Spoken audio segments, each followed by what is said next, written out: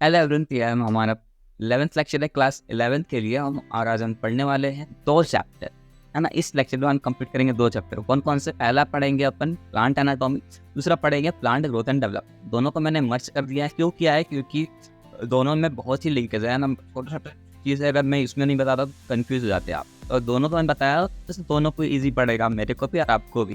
तो चलो पहले बात करते हैं एनाटॉमी की। प्लांट एनाटॉमी का मतलब होता है क्या? प्लांट के अंदर का चीज़। एनाटॉमी का मतलब क्या? अंदर का चीज़, है ना। इनसाइड द सेल, या फिर बोलो तो इनसाइड द प्लांट, है ना। तो प्लांट के अंदर की स्टडी करेंगे, इसका सेल का पैटर्न कैसा होता है ना, कैसे वो ग्रोथ करेगा, है ना। ये सब चीज़ें हम एनाटॉमी में पढ़ेंगे। और ग्रोथ एंड डेवलपमेंट का मतलब क्या होता है? जैसे कि प्लांट है, प्लांट से पहले भी क्या होता है? एक सीडी तो होता है। सीडी जब डोरमेंट करता है, टूटता है ना, तो उससे क्या होता है? छोटे छोटे प्लांट राइज होते हैं। प्लांट से क्या होता है? ग्रोथ होता जाता है, ग्रोथ होता जाता है, तब एक ट्री में कन्वर्ट होता है, राइट। तो प्लांट जो छोटे से बड़ा हो रहा है तो उसका क्या हो रहा है? ग्रोथ हो रहा है। ग्रोथ की डेफिनेशन अगर बोले तो क्या बोलेंगे? Permanent increase the size of the cell, tissues, organs, है ना। आखिर वो कह रहा है प्लांट का सेल ही तो का साइज ही तो बढ़ रहा है, ऐसा थोड़ी कोई जादू हो गया, ऐसा कभी होता, है ना। अब अगर हम बात करें डेवलपमेंट की, जैसे प्लांट अब बड़ा हो गया, ट्री बड़ा, ट्री में कन्वर्ट हो चुका है, अब ट्री में कुछ फ्रूट अराइज हो रहे हैं, तो आखिर वो क्या हो रहा है? प्लांट का डेवलपमेंट ही तो हो रहा है। तो ये चीज़ हम देखेंगे इस चैप्टर में। और हम एक चीज़ बता दें कि प्लांट का ग्रोथ कौन सा सेल करवाता है, तो मेरिस्टेम सेल करवाता है। ये आपको याद रखना है, क्योंकि आप थोड़ा कंफ्यूज हो जाओगे, इसलिए मैंने पहले ही बता दिया। चलो इस चैप्टर को स्टार्ट करते हैं। बहुत ही इंटरेस्टिंग चैप्टर है, इसको स्किप मत करना। चलो स्टार्ट करते हैं। तो चलो स्टार्ट करते हैं प्लांट ग्रोथ एंड डेवलपमेंट। हम डेवलपमेंट और ग्रोथ किस में देखने वाले हैं? प्लांट में देखने वाले हैं। तो हमें जैसा कि पता ही है कि ग्रोथ जो होता है वो एसोसिएटेड रहता है डेवलपमेंट के साथ। अगर प्लांट का ग्रोथ हो रहा है तो कहीं ना कहीं प्लांट के सेल्स और जो टिश्यूज़ होंगे वो भी ग्रो करेंगे। क्यों ग्रो कर रहे हैं? ताकि वो अपना स्पेशल फंक्शन कर सकें, रिप्रोडक्शन कर सके। रिप्रोडक्शन का मतलब क्या होता है? Production of new individuals. तो ये सब करने के लिए ही तो प्लांट जो है वो ग्रोथ करते हैं, अपना डेवलपमेंट करते हैं, राइट। तो चलो इस चैप्टर को डिटेल में थोड़ा पढ़ते हैं। अगर हम बात करें ग्रोथ का डेफिनेशन तो क्या होगा कि permanent increase the size of the cell, tissues and organs. अगर सेल का जो साइज़ है वो परमानेंटली इंक्रीज होता रहे, या फिर टिश्यूज़ या फिर ऑर्गन्स, ये सब का साइज़ अगर परमानेंटली इंक्रीज हो रहा है तो हम क्या बोलेंगे कि कहीं ना कहीं उनके बीच क्या हो रहा है? ग्रोथ हो रही है, राइट। अब बात करते हैं, जो ग्रोथ होता है ना, ये अकम्पाइंड रहता है मेटाबॉलिक प्रोसेस के साथ। अब मेटाबॉलिक प्रोसेस के अंदर आते हैं anabolic process and catabolic process. ये सारे प्रोसेस में होता क्या है? तो ये सारे प्रोसेस के थ्रू एनर्जी मिलती है। और हमें पता है कुछ भी काम करने के लिए एनर्जी की ज़रूरत है। ये बात हमने फोटोसिंथेसिस और रेस्पिरेशन वाले चैप्टर में भी देखा है। अगर आपने नहीं देखा तो लिंक डिस्क्रिप्शन में दी हुई है, आप वहाँ से पहले देख लें, है ना। तो इसको एनर्जी क्यों चाहिए? ग्रोथ यहाँ करवाना है तो ग्रोथ के लिए भी तो एनर्जी चाहिए होगा प्लांट को, राइट। तो ये इसी प्रोसेस के थ्रू प्लांट जो है वो एनर्जी लेता है और अपना सेल का ग्रोथ करवाता है और डेवलपमेंट करवाता है। अगर हम बात करें कि प्लांट में ग्रोथ होता कैसे है, तो प्लांट में जो ग्रोथ होता है ना वो हमेशा चलता रहता है ना, अनलिमिटेड ग्रोथ होता रहता है। जब तक उसका लाइफ है तब तक प्लांट ग्रोथ करेगा ही करेगा, जब तक वो मर ना जाए। अब वो ग्रोथ करता क्यों है? तो उसके अंदर एक सेल प्रेजेंट होता है, उस सेल का नाम है मेरिस्टेम। ये मेरिस्टेम सेल जो होता है यही सेल का ग्रोथ करवाने में हेल्प करता है। और ये कहाँ प्रेजेंट होता है? तो एक सर्टेन लोकेशन में प्रेजेंट होता है, और इसको हम ओपन फॉर्म ऑफ ग्रोथ बोल भी सकते हैं। अब ये जो मेरिस्टेम होता है ये 2 टाइप का होता है, एपिकल मेरिस्टेम और लैटरल मेरिस्टेम। याद रखना है, इसको हम अभी आगे पढ़ेंगे, इसको अभी नहीं पढ़ रहे हैं ना। तो अगर हम इसको इतना सा को शॉर्ट में बोले तो क्या बोलना चाहेंगे कि जो मेरिस्टेम होता है ना वो सेल का डिवाइड करता है, डिवीज़न करता है। अब सेल का अगर डिवीज़न होगा तो क्या होगा? एरिया बढ़ेगा, है ना। प्लांट का एरिया बढ़ेगा, वॉल्यूम इंक्रीज़ होगा। अब वॉल्यूम इंक्रीज़ हो रहा है तो कहीं ना कहीं क्या हो रहा है? ग्रोथ हो रहा है। और ग्रोथ कहाँ पर होता है? सेल पे होता है। तो उसको हम बोलेंगे at a cellular level. Growth कहाँ हो रहा है? एक सेलुलर लेवल पे ग्रोथ हो रहा है। अगर ग्रोथ अगर ज़्यादा होगा तो प्रोटोप्लाज्म भी ज़्यादा होगा उसमें। अगर ग्रोथ होगा तो उसमें प्रोटोप्लाज्म भी ज़्यादा रहेगा। ये इंपॉर्टेंट लाइन है, नीट में पूछा गया क्वेश्चन है इसमें, इसलिए मैंने पहले ही यहाँ क्लियर कर दिया है कि ग्रोथ अगर होगा तो प्रोटोप्लाज्म भी होगा, और ज़्यादा ग्रोथ होगा तो ज़्यादा प्रोटोप्लाज्म प्रेजेंट होगा, राइट। अब हम बात करते हैं कि हम ग्रोथ को मेज़र कैसे कर सकते हैं, हाउ टू मेज़र ग्रोथ, है ना। अगर हमें ग्रोथ को मेज़र करना है तो अगर जैसे कि फ्रेश वेट है ना, fresh weight, dry weight, length, area, volume, cell number, ये सब जो है ना, ये सारे फीचर्स हैं जिसके थ्रू हम मेजर करते हैं ग्रोथ को, राइट। अब देखो सिंपल सी बात है, अगर कोई ट्री है ना, कोई ट्री है, मान लो ये जो है एक ट्री है, ये जो तुरंत ट्री नहीं बना होगा, धीरे धीरे क्या हुआ होगा, धीरे धीरे सेल के नंबर बड़े होंगे, सेल के नंबर बड़े होंगे तो उसमें क्या हुआ होगा, मेरिस्टेम जो है धीरे धीरे उसने क्या किया, ग्रोथ करवाया होगा। तो इसको अगर हम प्लांट का अगर हम ग्रोथ को चेक करें तो सिंपल सी बात है, इसका हम लेंथ भी चेक कर सकते हैं, एरिया चेक कर सकते हैं, सेल के नंबर को भी चेक कर सकते हैं, राइट। वही चीज़ यहाँ लिखा हुआ है। हमें पता है ये जो मेज़ का जो रूट होता है ना, उसके अंदर 1,75,000 मतलब कि क्या है 1,76,000 सेल है ना, अगर बोले तो 1,75,000 सेल्स जो हैं वो पर आवर इंक्रीज़ होते रहते हैं। अब सोचो इतने सेल अगर इंक्रीज़ करेंगे तो सिंपल सी बात है, जो मेज़ का रूट है वो उसके अंदर सीड्स तो होंगे ही ज़्यादातर, है ना। अब देखो दूसरी बात ये है, जो वाटरमेलन होते हैं ना, उसके अंदर 3,50,000 टाइम्स जो होता है वो साइज़ इंक्रीज़ होता रहता है। अब सोचो सकते हो कि वाटरमेलन के अंदर कितना बार साइज़ का जो होता है इंक्रीमेंट आता है। ये ज़्यादा इम्पोर्टेंट नहीं है, पर एनसीईआरटी ने लिखा है तो मैंने बता दिया है। अब यहाँ सोच रहे होगे ना कि लेंथ से हम कैसे नाप सकते हैं, तो लेंथ से बताते हैं। लेंथ जो होता है, हम एक एग्जाम्पल यहाँ लिखे हैं, पॉलन ट्यूब जानते ही होगे, नहीं जानते तो कोई बात नहीं, नेक्स्ट चैप्टर में हम जान जाओगे। पॉलन ट्यूब जो होता है ना, उसको अपन लेंथ के थ्रू ही उसको मेज़र करते हैं। अब मैंने यहाँ थोड़ी देर पहले बताया था ये एपिकल मेरिस्टेम और लैटरल मेरिस्टेम, है ना, ये एपिकल मेरिस्टेम और लैटरल मेरिस्टेम। देखो मेरिस्टेम का काम क्या था, ग्रोथ करवाना। अब ग्रोथ जो होता है ना, वो लेंथ वाइज भी हो सकता है और विड्थ वाइज भी हो सकता है।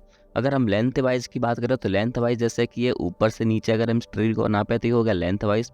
विड्थ बोले तो ये जो इस पोर्शन को बोलोगे तो इसको कहेंगे विड्थ, है ना, इतना तो सबको पता होगा। तो अगर लेंथ में ग्रोथ हो रही है ना, अगर किसी प्लांट की लेंथ में ग्रोथ हो रही है, ट्री है जैसे कि ये मान लो इसकी लेंथ, ये जो ये बढ़ रहा है ना, ऊपर से नीचे आ रहे हैं, तो ये जो क्या हो रहा है, लेंथ में इंक्रीमेंट आ रहा है। तो अगर लेंथ में ग्रोथ हो रहा है तो वो कौन करवाएगा, एपिकल मेरिस्टेम करवाएगा। और अगर हम बात करें कि किसी की विड्थ में ग्रोथ हो रही है, मतलब कि ये बढ़ रहा है ना, ये अगर इंक्रीज हो जाए तो हम उसमें कौन बोलेंगे, कौन ग्रोथ करवाता है, उस टाइम ग्रोथ करवाएगा लैटरल मेरिस्टेम। नाम से पता चल रहा है लैटरल रीजन पे ग्रोथ होना, है ना। अब बात करते हैं, तो ये जो एपिकल मेरिस्टेम होता है वो ग्रोथ कहाँ कहाँ करवाएगा, ये ग्रोथ करवाता है रूट में और सूट में, इसलिए हम इसको कहते हैं रूट एपिकल मेरिस्टेम और सूट एपिकल मेरिस्टेम। और ये ग्रोथ कहाँ करवाएगा, तो लेंथ का ग्रोथ करवाता है, राइट। और हम बात करें अगर लैटरल मेरिस्टेम की, तो इसमें ग्रोथ होता है, इसमें ग्रोथ कौन करवाएगा, V cambium and C cambium. अभी क्लियर नहीं हो रहा है वी कैम्बियन क्या है, सी कैम्बियन क्या है, पर लास्ट में ये चीज़ क्लियर हो जाएगा, पर अभी बस याद रखते चलो, है ना। और इसका ग्रोथ जो है ग्रोथ कहाँ पर होगा, ग्रिथ पे और विड्थ पे। अब यहाँ पे एक इम्पोर्टेंट पॉइंट बोलने जा रहा हूँ कि ये जो एपिकल मेरिस्टेम होता है ना, ये प्राइमरी ग्रोथ करवाता है, ये राइट। ये एपिकल मेरिस्टेम जो होता है वो प्राइमरी ग्रोथ करवाता है। तो प्राइमरी ग्रोथ में क्या आएगा, सिंपल सी बात है, लेंथ का ग्रोथ आएगा। क्यों, क्योंकि एपिकल मेरिस्टेम क्या करता है, लेंथ का ही तो ग्रोथ करवाता है, राइट। कहाँ पर, रूट में और सूट में। अब दूसरी बात, यहाँ लैटरल मेरिस्टेम जो होता है वो सेकेंडरी ग्रोथ में हेल्प करता है। सेकेंडरी ग्रोथ कहाँ हो रहा है, विड्थ का काम क्या है, विड्थ को बढ़ाना। और विड्थ क्यों बढ़ा रहा है, क्योंकि लैटरल मेरिस्टेम तो विड्थ में ही ग्रोथ करवाता है, तो इससे आप याद रख लेना, राइट। कोई कंफ्यूजन हो तो आप मुझे कमेंट करना। अब बात करते हैं ग्रोथ फेजेस की। जो ग्रोथ होता है ना, उसको 3 फेजेस से होकर के जाना रहता है। पहला फेज क्या है, मेरिस्टेमेटिक फेज, दूसरा है एलोंगेशन फेज और तीसरा है मैच्योरेशन फेज। मेरिस्टेमेटिक रीजन का मैंने पहले ही बता दिया, मेरिस्टेम में क्या होता है, सेल का डिवीजन होता है ना। और इलोंगेशन का काम है जो भी सेल का डिवीजन हुआ इसको बढ़ाना, उसको उस साइज को इंक्रीमेंट करवाना, राइट।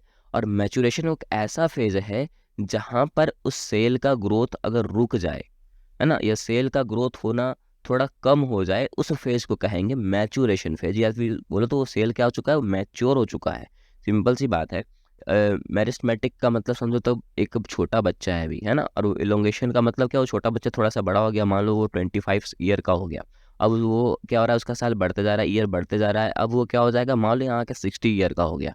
60 ईयर का हो गया है। तो एक टाइम क्या होगा समझो, तो एक पीक पे पहुंच चुका है। अब इसके बाद ये कुछ भी हो सकता है उसको, है ना। तो वो क्या हो चुका है, मैच्योर हो चुका है। उसी तरह प्लांट में भी होता है, उसको भी 3 फेज से होकर के गुजरना रहता है। Meristematic phase, elongation phase, then maturation phase. तो मेरिस्टेमेटिक फेज में क्या होगा, सेल का डिवीजन होगा। देखो पहला लाइन ये लिखा हुआ है। बात करो यहाँ सेल का डिवीजन होगा, तो यहाँ क्या होगा, उस सेल का इंक्रीमेंट होगा। देखो सेम लिखा हुआ है। अब यहाँ पर सेल का इंक्रीमेंट है, तो यहाँ पर आके क्या हो जाएगा, सेल मैच्योर हो जाएगा। तो एक तरह से बोलो यहाँ पर सेल का ग्रोथ रुक जाएगा। पर परमानेंटली ग्रोथ नहीं रुकता है, क्योंकि हमने पहले ही यहाँ पर पहले ही देख लिया है कि सेल में ये जो प्लांट का जो ग्रोथ होता है वो अनलिमिटेड ग्रोथ होता है। जब तक वो जिंदा रहेगा तब तक ग्रोथ होगा ही, है ना। अब फिर से बात करते हैं मेरिस्टेमेटिक में। दूसरा पॉइंट क्या लिख रहा है कि इसके अंदर रीच इन प्रोटोप्लाज्म। देख लो यहाँ पर ये लिखा है ना कि हर हमने पहले ही देख लिया है कि अगर ग्रोथ हो रहा है तो प्रोटोप्लाज्म तो होगा ही होगा। और ग्रोथ कौन करवा रहा है, मेरिस्टेम ही करवा रहा है, राइट। तो इसके अंदर रीच इन प्रोटोप्लाज्म प्रेजेंट होता है। इसके अंदर प्रोटोप्लाज्म एब्सेंट होता है। अगर हम बात करें तो मैचुरेशन में भी प्रोटोप्लाज्म होता है, पर उसमें कुछ मॉडिफिकेशन आ जाता है। मॉडिफिकेशन जैसे कि उसको वो मोनोपॉज कर देता है, मतलब कि रोक देता है ना। अब दूसरी बात, यहाँ पर जो मेरिस्टेमेटिक है वहाँ पर क्या होता है, लार्ज न्यूक्लियाई होता है। यहाँ पर क्या होता है, लार्ज न्यूक्लियाई होता है, पर इस दोनों में न्यूक्लियाई नहीं होता, लार्ज न्यूक्लियाई नहीं होता। फोर्थ पॉइंट क्या कह रहा है कि यहाँ पर सेल वाल जो होता है वो प्राइमरी है। मतलब सेल, सिंपल सी बात है, सेल है तो सिंपल सी बात है, इसमें सेल कैसा है, अभी न्यूली सेल है ना। सेल का डेवलपमेंट नहीं हुआ है, बस ग्रो हुआ है ना। वो तो सेल का ग्रो करवा रहा है। तो यहाँ पर सेल वाल कैसा है, ये प्राइमरी है, मतलब अभी नाजुक है ना। अब यहाँ पर क्या आ जाएगा, इसका इलोंगेशन होगा। इलोंगेशन होगा तो थोड़ा इसमें क्या होगा, स्ट्रॉन्ग हो जाएगा, मजबूती आ जाएगा इस सेल के वाल के में, है ना। अब जैसे ही ये मैच्योर हो जाएगा तो सिंपल सी बात है, वो सेल और भी ज़्यादा ताकत हो जाएगा। तो पहले कैसा था, वो थिन था, अब कैसा हो जाएगा, वो ठीक हो जाएगा। और या तो ये बोलो ये सेकेंडरी हो में आ जाएगा, है ना। अब बात करते हैं लास्ट पॉइंट की। लास्ट पॉइंट क्या लिखा है यहाँ पर, मेरिस्टेमेटिक है तो यहाँ पर क्या है, इसमें अबंडेंट प्लाज्मोडेस्माटा होता है। अबंडेंट प्लाज्मोडेस्माटा होता है। और इसमें वैक्यूल जो होता है ना, ये इलोंगेशन फेज में वैक्यूल का साइज बड़ा होता है। लेकिन मैचुरेशन में ना तो अबंडेंट प्लाज्मोडेस्माटा होता है, ना ही वैक्यूल बड़ा होता है। वैक्यूल का काम क्या है आपके दिमाग में चल रहा होगा, पर कोई बात नहीं, अभी हम आगे क्लियर करेंगे। एक ही जगह सब क्लियर नहीं हो सकता है, बस इसको चैप्टर में बने रहो, है ना, स्किप मत करना। अब हमारा नेक्स्ट टॉपिक है absolute growth and relative growth. ये एनसीईआरटी का छोटा टॉपिक है, पर इसको छोटा मत समझना, क्योंकि इससे नीट में भी क्वेश्चन पूछे जाते हैं और बोर्ड्स में भी। एमसीक्यू के फॉर्म में ही होता है, पर क्वेश्चन आते ज़रूर हैं। इसमें एक ट्रिक मैंने बनाया है, उस ट्रिक को समझोगे तो आपको ये बहुत ईजी लगेगा। देखो एक ट्रिक यह है कि आपने एक प्लांट लिया, है ना, कितना सेंटीमीटर का, 5 सेंटीमीटर का प्लांट लिया। आपने उसको लगाया और देखा क्या कि अगले ही दिन उसमें फिर से 5 सेंटीमीटर की ही ग्रोथ हो गई। मतलब जितना साइज था प्लांट का, उतना ही साइज का क्या होगा, ग्रोथ आ गया इसमें। तो उस टाइप के ग्रोथ को कहेंगे एब्सोल्यूट ग्रोथ। मतलब कि एब्सोल्यूट उतना ही ग्रोथ हुआ है जितना कि वो प्लांट का था, राइट। रिलेटिव ग्रोथ में लेकिन ऐसा नहीं होता। रिलेटिव ग्रोथ को समझो कि आपने एक प्लांट लिया कितना सेंटीमीटर का, 10 सेंटीमीटर का, लेकिन उसमें ग्रोथ हो रही है सिर्फ 5 सेंटीमीटर की, है ना। अगले दिन ग्रोथ कितनी हो रही है, सिर्फ 5 सेंटीमीटर का ही ग्रोथ हो रहा है। मतलब इसका जस्ट हाफ, है ना, इसका क्या हो रहा है, हाफ ग्रोथ हो रहा है। तो उस ग्रोथ को हम कहेंगे रिलेटिव ग्रोथ। एब्सोल्यूट ग्रोथ को याद रखो कि हमें जितना प्लांट का साइज है उतना ही साइज उसमें इंक्रीमेंट आएगा, उतना ही उसका ग्रोथ होगा। उस टाइप की ग्रोथ को कहेंगे एब्सोल्यूट ग्रोथ। और रिलेटिव ग्रोथ जो है उसका क्या होता है, हाफ ग्रोथ होता है। 10 सेंटीमीटर का प्लांट है तो उसमें 5 सेंटीमीटर का ग्रोथ हो रहा है। नेक्स्ट टॉपिक जो है ये बहुत इंपॉर्टेंट है, इसको वीवीआई लगा देना। बोर्ड में 5 नंबर का क्वेश्चन है ये, और नीट में ये क्वेश्चन आते हैं यहाँ से, है ना। इससे 1 या 2 क्वेश्चन तो हमेशा आ ही जाता है। और ये चैप्टर बहुत ही ज़्यादा इंपॉर्टेंट है, जैसा कि मैंने पहले ही बताया है, तो इसको बहुत इंपॉर्टेंट मान के चलना है आपको। यहाँ टॉपिक है लिखा है डिफ्रेंशिएशन, डी डिफ्रेंशिएशन और री डिफ्रेंशिएशन। तीनों को मैं मिला दूंगा, एक ट्रिक है, उस ट्रिक को बस आप समझते चलो, है ना। डिफ्रेंशिएशन क्या कहता है, डिफ्रेंशिएशन का मतलब देखो, एक प्लांट है, सॉरी इसमें प्लांट नहीं, इसमें ट्री लेंगे अपन। हर बार कितने प्लांट को दिक्कत देंगे यार, इसमें ट्री लेते हैं अपन। एक ट्री है ना, ये जो ट्री है, अब ट्री बना कब होगा, इसको तो 3 फेज से गुजरना पड़ा होगा, है ना, मेरिस्टेमेटिक फेज से भी, इलोंगेशन फेज से भी, तब जाके वो मैच्योर फेज पे आया होगा, राइट। और ये प्लांट, सॉरी, ये ट्री जो है ये क्या हो चुका है, मैच्योर वाले कंडीशन पे आ चुका है। मैच्योर समझो तो हो चुका है, क्योंकि इसमें ग्रोथ भी हो चुकी है, इसका इलोंगेशन भी हो चुका है, अब वो मैच्योरेशन फेज पे आ गया है। लेकिन ये ट्री सोचता है कि काश मैं फिर से ग्रो कर पाता, है ना, ये मैच्योरेशन वाले स्टेज पे आ गया है, लेकिन ये सोच रहा है कि मैं काश कहीं से ग्रोथ कर पाता। तो ये क्या करेगा, ये कहीं ना कहीं से एक सूट को एराइज कर देगा। क्या कर देगा, ये कहीं ना कहीं इस सूट को एराइज कर देगा। क्यों कर देगा, ताकि ये उस सूट के थ्रू ये अपना ग्रोथ कर सके। तो जब ये मैच्योरेशन वाले स्टेज पे पहुंच चुका था ना, उस वाले स्टेज को ही कहते हैं डिफरेंशिएशन। क्या कहते हैं, डिफरेंशिएशन। लेकिन वो जो है वो मैच्योरेशन फेज, है ना, मैच्योरेशन फेज आने के बाद भी वो सोचा कि मैं ग्रोथ करूंगा, और उसने एक सूट को एराइज कर दिया। देख सकते हो, ये सूट को एराइज कर दिया ताकि वो ग्रोथ को वापस कर सके। उस प्रोसेस को कहते हैं डी डिफरेंशिएशन। ताकि मतलब कि क्या कर रहा है वो, फिर से वो चाहता है कि हम फिर से ग्रोथ को कर सकें। उस प्रोसेस को कहेंगे डी डिफरेंशिएशन। और जब वो जो सूट होगा उसमें उसमें भी क्या होगा, 3 फेज आने लगेंगे। पहला मेरिस्टेमेटिक फेज, फिर इलोंगेशन फेज आएगा उसका, और इलोंगेशन फेज के बाद फिर से जब मैच्योरेशन फेज आ जाएगा।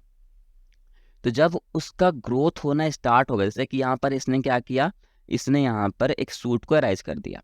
अब सूट को अराइज किया, उस प्रोसेस को क्या दिया हमने, डिफरेंशिएशन, सॉरी, डी डिफरेंशिएशन। अब जब उस सूट का क्या होगा, इलोंगेशन होगा। इलोंगेशन होने के बाद फिर से जब वो मैच्योरेशन वाले स्टेज पे पहुंच जाएगा, उस प्रोसेस को कहेंगे री डिफरेंशिएशन। मतलब कि वो एक बार तो मैच्योरेशन वाला स्टेज पे पहुंच चुका था, पर दोबारा से उसने एक सूट को अराइज किया, उसको कह दिया हमने डी डिफरेंशिएशन।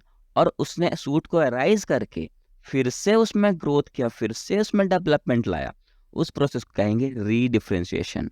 तो बताओ यह स्टोरी कैसी लगी। और इस स्टोरी के थ्रू आपने तीनों चीज़ कवर कर लिया, डिफरेंशिएशन को भी, डी डिफरेंशिएशन को भी, और री डिफरेंशिएशन को भी। तो चलो इसमें कुछ पॉइंट है वो भी हम बात कर लेते हैं। तो डिफरेंशिएशन में एक पॉइंट क्या है, आपने गौर किया होगा, डिफरेंशिएशन तब हो रहा था जब सेल जब सेल क्या हुआ होगा, मैच्योर हो गया होगा, क्योंकि उसने मैच्योरेशन स्टेज पे आ चुका था। तो डिफरेंशिएशन में क्या हो गया, सेल का मैच्योरेशन हो गया, सेल का मैच्योरेशन हो गया होगा, सेल मैच्योर हो गया है। डी डिफरेंशिएशन हुआ मतलब कि क्या, वो मैच्योर था पहले, सूट अराइज किया, तो वो सूट कैसा हो गया, सूट कैसा हो गया, वो अनमैच्योर हो गया। कैसा हो गया, अनमैच्योर हो गया, और स्मॉल हो गया, छोटा हो गया, राइट। अब बात करते हैं री डिफरेंशिएशन। तो री डिफरेंशिएशन जब कर रहा था तो वो क्या कर रहा था, इस सूट को डेवलपमेंट प्रोवाइड कर रहा था, ग्रोथ दे रहा था, है ना, उसको ग्रोथ प्रोवाइड कर रहा था। तो ग्रोथ करने के बाद उस वो जो सूट था उसका ग्रोथ करने के बाद वो क्या हो चुका था, वो उसका सेल जो था वो भी तो एक मैच्योर हो चुका था, मैच्योरेशन पॉइंट पे आ चुका था। तो डी डिफरेंशिएशन में क्या हो रहा है, वापस से सेल मैच्योर हो जा रहा है और प्लांट बड़ा हो जा रहा है। सो ट्री जो है वो बड़ा हो जा रहा है, राइट। तो आपको इसका ट्रिक कैसा लगा वो मुझे कमेंट में ज़रूर बताना, ओके। अब आगे बढ़ते हैं। नेक्स्ट टॉपिक है हमारा हेट्रोफिली। ये बहुत छोटा सा टॉपिक है, ये ज़्यादा इम्पॉर्टेंट भी नहीं है। बस यहाँ आपको समझा देता हूँ कि ये जो हेट्रो का मतलब होता है डिफरेंट, और फीली का मतलब होता है लीफ, मतलब डिफरेंट लीव्स। अब हम सबको पता है कि हर ट्री का लीफ जो होता है वो अलग अलग होता है। ऐसा तो नहीं ना कि हर ट्रीज जो हैं सभी का लीफ एक जैसा ही होते हैं, ऐसा नहीं होता। तो अलग अलग लीफ क्यों होते हैं, पहला कारण तो है इन्वायरमेंट। इन्वायरमेंट के कारण भी लीफ अलग अलग हो सकते हैं। दूसरा है फेज ऑफ लाइफ, उसके जीने का तरीका, है ना। तो फेज ऑफ लाइफ के अंदर आते हैं कॉटन, कोरिएंडर और लार्क सपर। और इन्वायरमेंट के कारण जो होता है इसके अंदर आता है बटरकप। बस एनसीईआरटी ने इतना सा ही लिखा है इसके बारे में, ज़्यादा कुछ नहीं लिखा। नेक्स्ट टॉपिक है ग्रोथ रेट। और ग्रोथ रेट जो होता है ये 2 टाइप्स के होते हैं, पहला है एरिथमेटिक ग्रोथ, दूसरा है जियोमेट्रिक ग्रोथ। एरिथमेटिक ग्रोथ क्या कहता है कि जैसे यहाँ 2 सेल दिख रहे होंगे आपको, ये 2 सेल में ग्रोथ, 2 सेल हैं, दोनों सेल में ग्रोथ नहीं होता है। दोनों में से सिर्फ एक सेल ही ग्रोथ करेगा और दूसरा सेल सप्रेस हो जाएगा। जैसा कि देख सकते हैं यहाँ 2 सेल है, एक का ग्रोथ हो रहा है, मतलब एक से यहाँ देख सकते हो एक सेल है, यहाँ मैं यहाँ अलग से ही करके दिखाता हूँ, ये सेल है, एक ये सेल है ना। दोनों में ग्रोथ नहीं होगा। जैसे कि मान लो अगर इसमें ग्रोथ हो रहा है तो ये क्या करेगा, एक का डबल कर लेगा, है ना, एक सेल से ये दो सेल बना लेगा, ऐसे एक ऐसे। लेकिन दूसरा वाला सप्रेस कर जाएगा, ये सिर्फ अपना ही सेल को लेकर के चलेगा। अगर मान लो कि इस वाले में ग्रोथ हो जाए तो ये वाला, अब ये दोनों सप्रेस हो जाएंगे और इसमें ग्रोथ हो जाएगा। तो इस टाइप की ग्रोथ को हम कहेंगे एरिथमेटिक ग्रोथ। और जियोमेट्रिक ग्रोथ कहता है कि जैसे कि ये दो सेल है, देख सकते हो यहाँ दो सेल दिख रहे होंगे आपको, दोनों सेल में ग्रोथ होगा, है ना, दोनों सेल में ग्रोथ होगा। जैसे कि देख सकते हैं यहाँ दो सेल है तो यहाँ चार सेल बनेगा, चार है तो आठ बनेगा, आठ है तो 16, 16 है तो 32। तो इस टाइप के ग्रोथ को अपन कहेंगे जियोमेट्रिक ग्रोथ, है ना।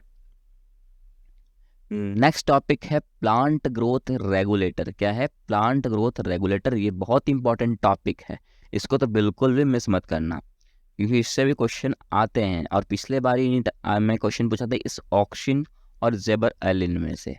तो ये बहुत इंपॉर्टेंट टॉपिक है, इसको बिल्कुल भी स्किप मत करना।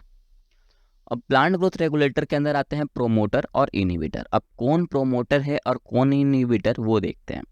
प्रोमोटर के अंदर तीन चीज आते हैं, कौन कौन से? पहला है ऑक्सिन, दूसरा जेबरएलिन, तीसरा साइटोकाइनिन। और इनहिबिटर के अंदर आते हैं एब्सिसिक एसिड और इथाइलिन। तो पहले प्रोमोटर को कंप्लीट करते हैं, फिर इनहिबिटर पे जाएंगे। प्रोमोटर में सबसे पहले क्या है? ऑक्सिन। ऑक्सिन जो है ये जो है प्लांट का हार्मोन को सिंथेसिस करने का काम करता है। बहुत इंपॉर्टेंट बात है कि जो ऑक्सिन है ये प्लांट के हार्मोन को सिंथेसिस करने का काम करता है, सिंथेसाइज करता है। And they play an important role in regulation of plant growth. और ये जो प्लांट ग्रोथ जो हो रहा है ना, इसमें इसका इम्पॉर्टेंट रोल है। और राइट, अब दूसरा है जेबरएलिन। जिबरएलिन जो होता है ना, ये क्या करता है? ये प्लांट का इलोंगेशन करने में हेल्प करता है, प्लांट का इलोंगेशन करने में हेल्प करता है, उसको टॉलर बनाता है। मतलब इसमें भी ग्रोथ किस में हो रही है? लेंथ वाइज ग्रोथ हो रही है। और लेंथ वाइज ग्रोथ कौन करवाता है? हम पहले ही पढ़ चुके हैं, मेरिस्टेमेटिक सेल करवाता है। जहां भी लेंथ आ जाए समझो मेरिस्टेमेटिक। कौन सा मेरिस्टेमेटिक? तो एपिकल। एपिकल में भी दो होते हैं, root apical and shoot apical. तो ये चीज़ आपको लिंक करना आना चाहिए, तभी आप क्वेश्चन सॉल्व कर सकते हो। क्योंकि नीट ने ये क्वेश्चन पूछा था कि जेबरएलिन में ग्रोथ हो रही है तो बताओ वो प्राइमरी मेरिस्टेमेटिक है या फिर सेकेंडरी। तो आपको ये याद होना चाहिए कि वो प्राइमरी में आता है या फिर सेकेंडरी में आता है। और वो याद तभी रहेगा जब आप पहले से ध्यान दे रहे होगे, राइट। तो मैंने हर एक पॉइंट लिखा है इसमें, कहीं भी मिस मत करना, कहीं भी स्किप मत करना। चलो आगे आता, आगे क्या लिखा? They also play major roles in germination. जो सीड का जो जर्मिनेशन होता है ना, उसमें भी इसका इंपॉर्टेंट रोल होता है, क्योंकि उस सीड को जर्मिनेट करेगा तभी तो उसमें ग्रोथ होगी ना, राइट। चलो अब बात करते हैं साइटोकाइनिन की। साइटोकाइनिन जो होता है ना, वो क्या करता है? सेल को प्रोमोट करता है, sorry, promote cell division in shoot part. ये क्या करेगा? सेल डिवीजन प्रोवाइड करता है सूट पार्ट। तो आपको यहाँ पर एक मैं ट्रिक बता देता हूँ, आपको साइटोकाइनिन कभी भी भूलोगे नहीं। वो ट्रिक क्या है देखो, अगर आपको कहीं पूछे, अगर आप कहीं पूछे बताओ जैसे कि सूट बर्ड है, एग्जाम्पल दे सूट बर्ड, तो सूट बर्ड में आपको बताना है कि इसमें साइटोकाइनिन है या नहीं है, साइटोकाइनिन का रोल है इसमें या नहीं है। तो कैसे बताओगे? तो जैसे कि मैंने पहले कहा कि साइटोकाइनिन का ये जो है ये रोल कहाँ पर है? तो सूट पार्ट में इसका रोल होता है, क्या करता है? सेल का डिवीजन कराने का काम करता है, राइट, इतना काम। अब मैं एक चीज और बताता हूँ यहाँ पर कि अगर वो रूट से ऊपर का पार्ट है, अगर वो रूट से ऊपर का पार्ट है तो समझ जाना वहाँ साइटोकाइनिन का रोल होगा। अगर कोई भी प्लांट रूट से ऊपर की अगर पोर्शन की बात करे तो समझ जाना वो वहाँ पर साइटोकाइनिन का रोल होगा ही होगा। अब यहाँ एग्जाम्पल को देखो, पहला एग्जाम्पल क्या कर रहा है? Suit bird. इसके न तो नाम पे ही सूट है। अब सूट है तो यहाँ तो सेल डिवीजन कराएगा ही कराएगा साइटोकाइनिन, तो यहाँ तो प्रेजेंट होना ही होना है। अब आ जाओ लीफ। अब लीफ कहाँ पर होते हैं? ऊपर की तरफ। सिंपल सी बात है, रूट में तो होता नहीं है, तो ये ऊपर की तरफ, रूट से ऊपर का पोजीशन है। तो रूट का ऊपर का पोजीशन है तो मतलब साइटोकाइनिन प्रेजेंट होगा। नेक्स्ट क्या है? फ्रूट। फ्रूट कहाँ अराइज कर होते हैं? ऊपर या नीचे? तो सिंपल सी बात है, फ्रूट ऊपर में अराइज होते हैं, लीफ जहाँ प्रेजेंट होता है उसको उधर ही अराइज होता है फ्रूट, राइट। तो फ्रूट भी ऊपर अराइज हो रहे हैं, मतलब साइटोकाइनिन का रोल होगा। क्लोरोप्लास्ट। क्लोरोप्लास्ट पता है ना? अगर नहीं पता तो आप फोटोसिंथेसिस का चैप्टर देख लो या फिर आप सेल बायोलॉजी को देख लेना, उसमें भी मैंने क्लोरोप्लास्ट के बारे में बताया। अब क्लोरोप्लास्ट का अंदर क्या होता है, क्लोरोफिल प्रेजेंट होता है, ये भी हमने बताया। क्लोरोफिल कहाँ होता है, लीफ में होता है, तो इनडायरेक्टली लीफ की बात कर रहे हैं। और लीफ कहाँ होता है, जमीन से ऊपर, मतलब कि रूट से ऊपर ही होता है। अब ऊपर है तो साइटोकाइनिन का रोल होगा ही होगा। फिर इनडायरेक्टली पूछा गया है लीफ, तो लीफ कहाँ होता है, रूट में या फिर रूट से ऊपर, रूट से ऊपर होता है। अब रूट से ऊपर है मतलब साइटोकाइनिन का रोल होगा। तो इस तरह ये आप बता सकते हो कहाँ पर साइटोकाइनिन प्रेजेंट होता है और कहाँ पर एब्सेंस। नेक्स्ट टॉपिक है फोटोपीरियोडिज्म। फोटोपीरियोडिज्म का मेन रोल है फ्लावरिंग में। अब देखो फोटो का मतलब क्या होता है, लाइट। पीरियडिज्म से हमें यहाँ ट्रिक याद रखना है, पीरियड क्या है, पीरियड।